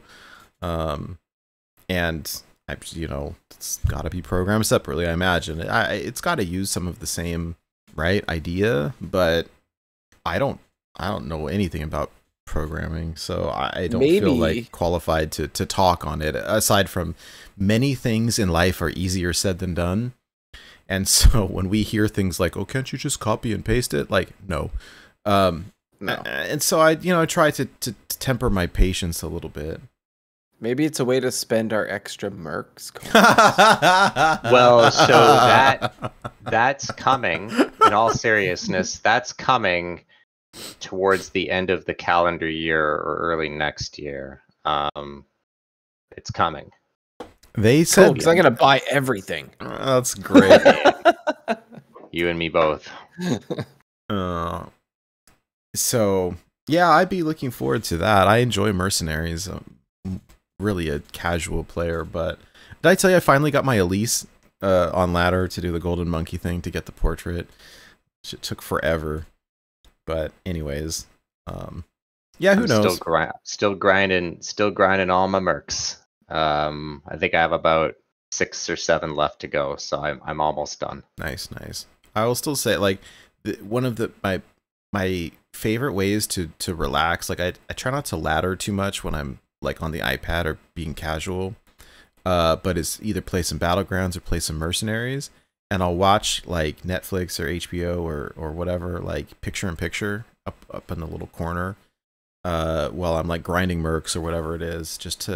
It's been a nice little time killer. So mercs is fun. I enjoy it. I still kind of dissatisfied with the whole card pack issue and having a bazillion coins that I can't use, but I enjoy the game as a whole. The PvE in particular is very, very fun for me. So agreed.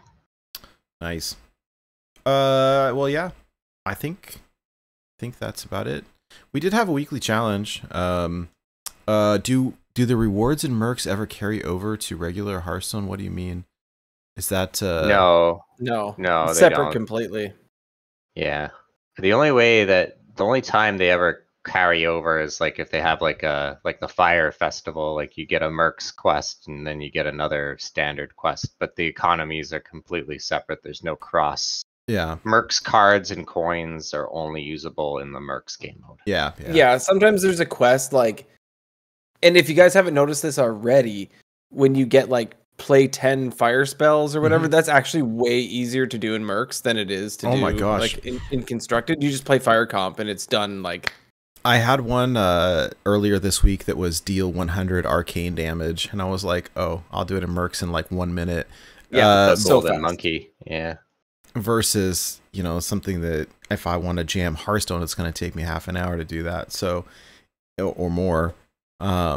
So yeah, they mentioned something sort of vague about the idea of using your surplus coins to like maybe craft missing portraits or something. It was very vague, but to be able to spend them to get something that you're missing or something. They said like they're that. gonna let you trade them like dust for other coins, and they're making some kind of post like super hard like a PVE like on top of the existing PVE where the coins might be usable in that in some capacity. So yeah, it's gonna take longer than I'd like, but it sounds like there's some cool things. And in the meantime, they're gonna be doing another. So there's gonna be a new Merc in the Battle Pass coming up for the expansion. There's gonna be a new event Merc, probably Cthulhu, because they did the other 3 old gods. And then with the mini set, they're going to do another big dump like they did with the previous mini set for where they released all the Merc Nagas and the Explorers. So yeah, there's some things to look forward to between now and the revamp, I guess is what I'm trying to say, for those dozens of us that enjoy the game mode. Yeah. Yep. Oh dear. Well, one of these days. Let's look at last week's listener series challenge. We were talking about locations earlier, and so last week our listeners. So did I say listener series challenge? Sorry, you did, but you just meant just last week's challenge. That's right. Last week's challenge. We the challenge was to come up with a custom card. We've had a lot of fun doing custom cards, and so the idea was to come up with a custom location card.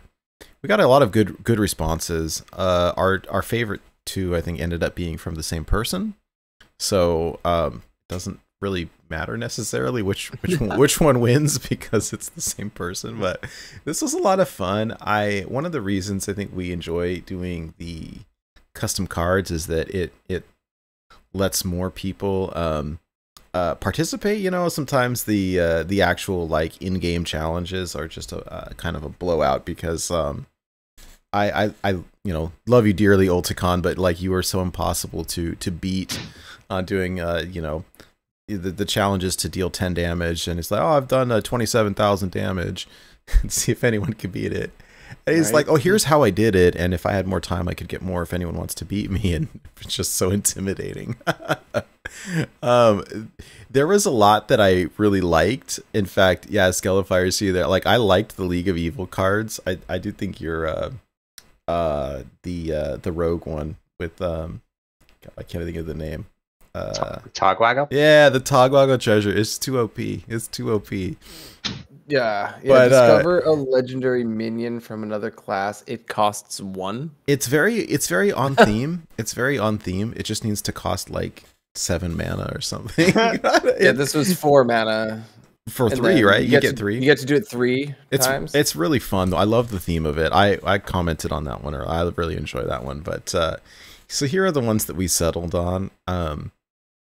But it was really good and good Photoshop work, by the way.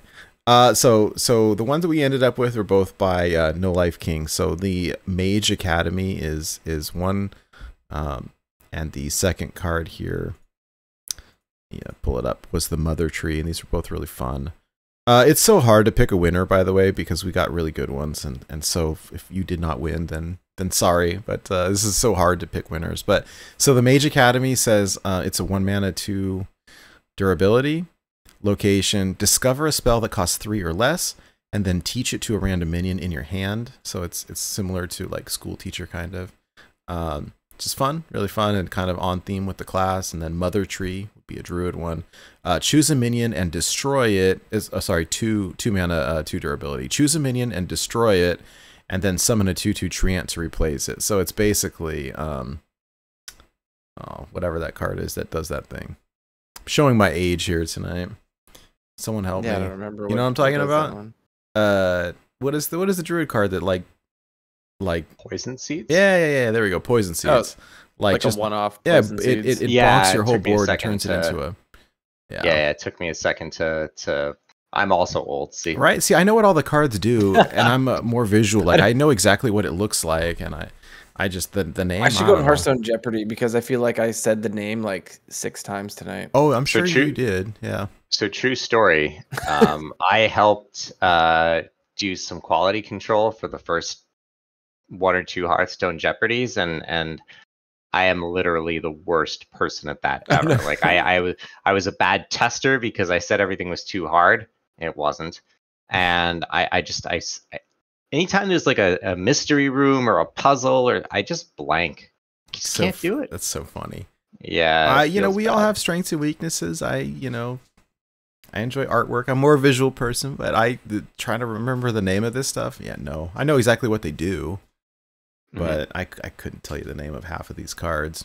Or we go, I wouldn't call it Sorcerer's Apprentice. I would be like, someday I want to be just like you. And everyone would know what I'm talking about, right? But anyhow. Well, congratulations, No Life King. Hey, for that's right. Nailing it with 2 of our favorites, because we looked at these and we thought that they were both awesome. Then we realized they were by the same person. True story. Yeah. So you get 2 packs on us from the expansion of your choice. So yeah, pick away, and we'll reach out to you and get those to you. Yep. Very cool. Hey, Ogre. We were talking about you earlier. You were topic of discussion. All right, so this week's challenge is to find the oldest tweet and say hello on it.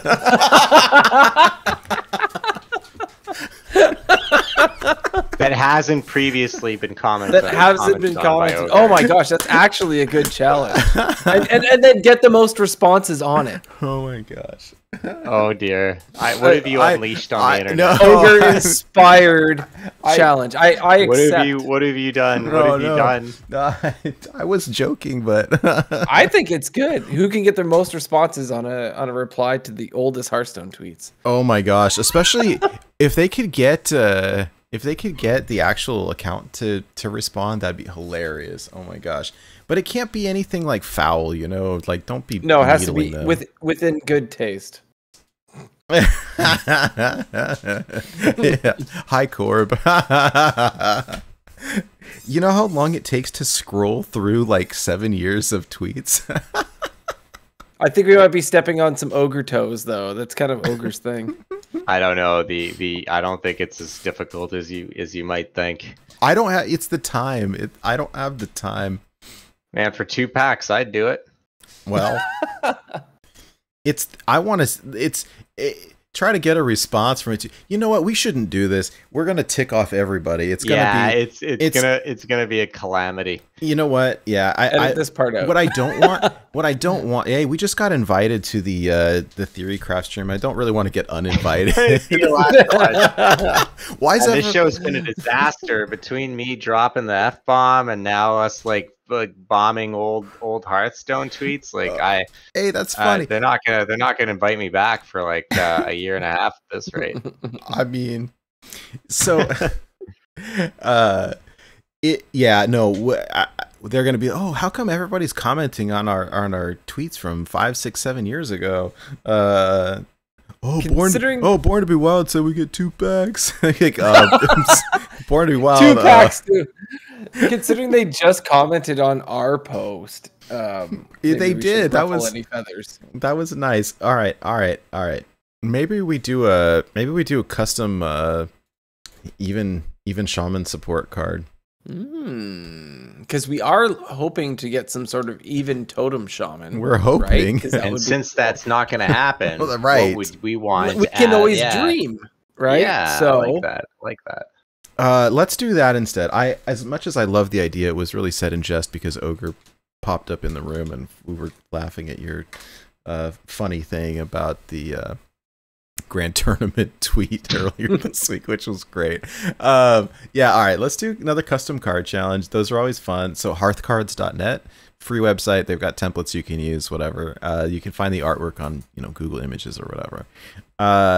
So best even shaman support card. Yeah, we got totems coming, so I feel like that might be the direction you want to take. Totem. That might not be. But Totem would be the way that I would go. yeah. Yeah. You could just unnerf Tuskar Totemic. Or he's not even, is he? He's odd, right? I think he's 3 mana. I can't even remember. But when you come up with your best Even Shaman support card, you can post it in our Discord in the weekly challenges channel. The winner will be announced on next week's show and will receive 2, count them, 2 Hearthstone packs on us, and will be immortalized in the Hall of Fame on the Born to Be Wild website. That is right. That's right.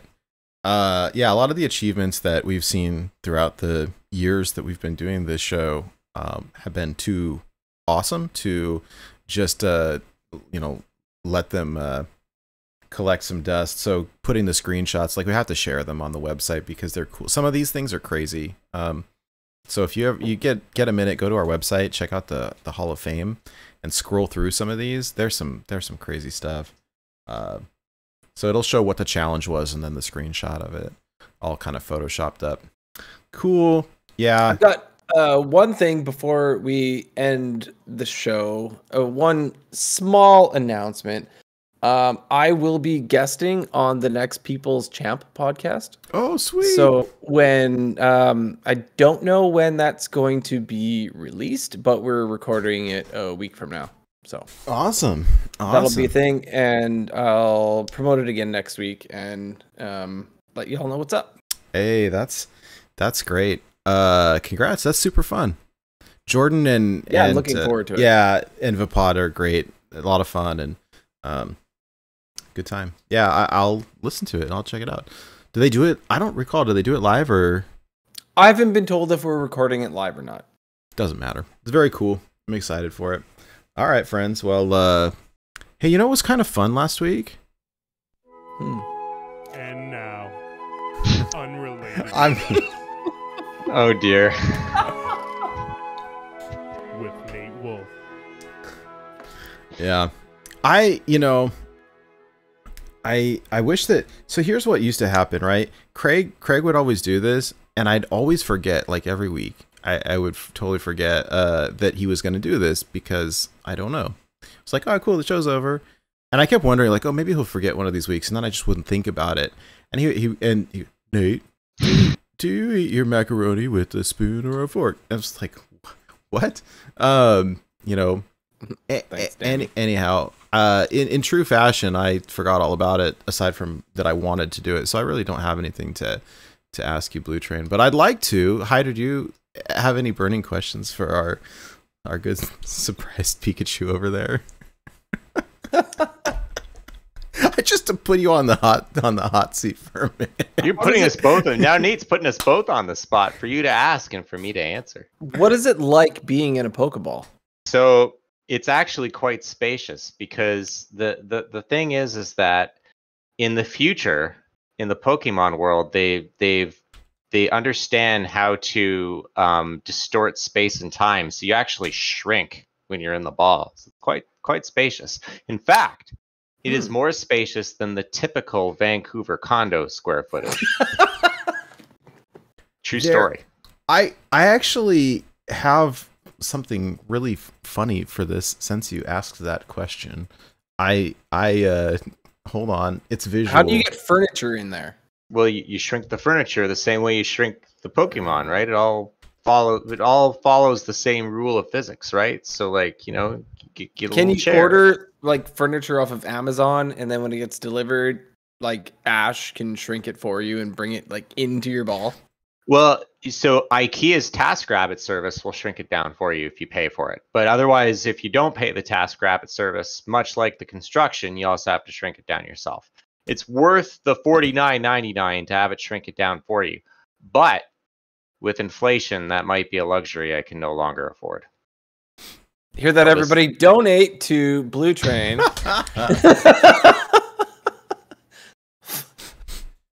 Don't forget to follow, subscribe.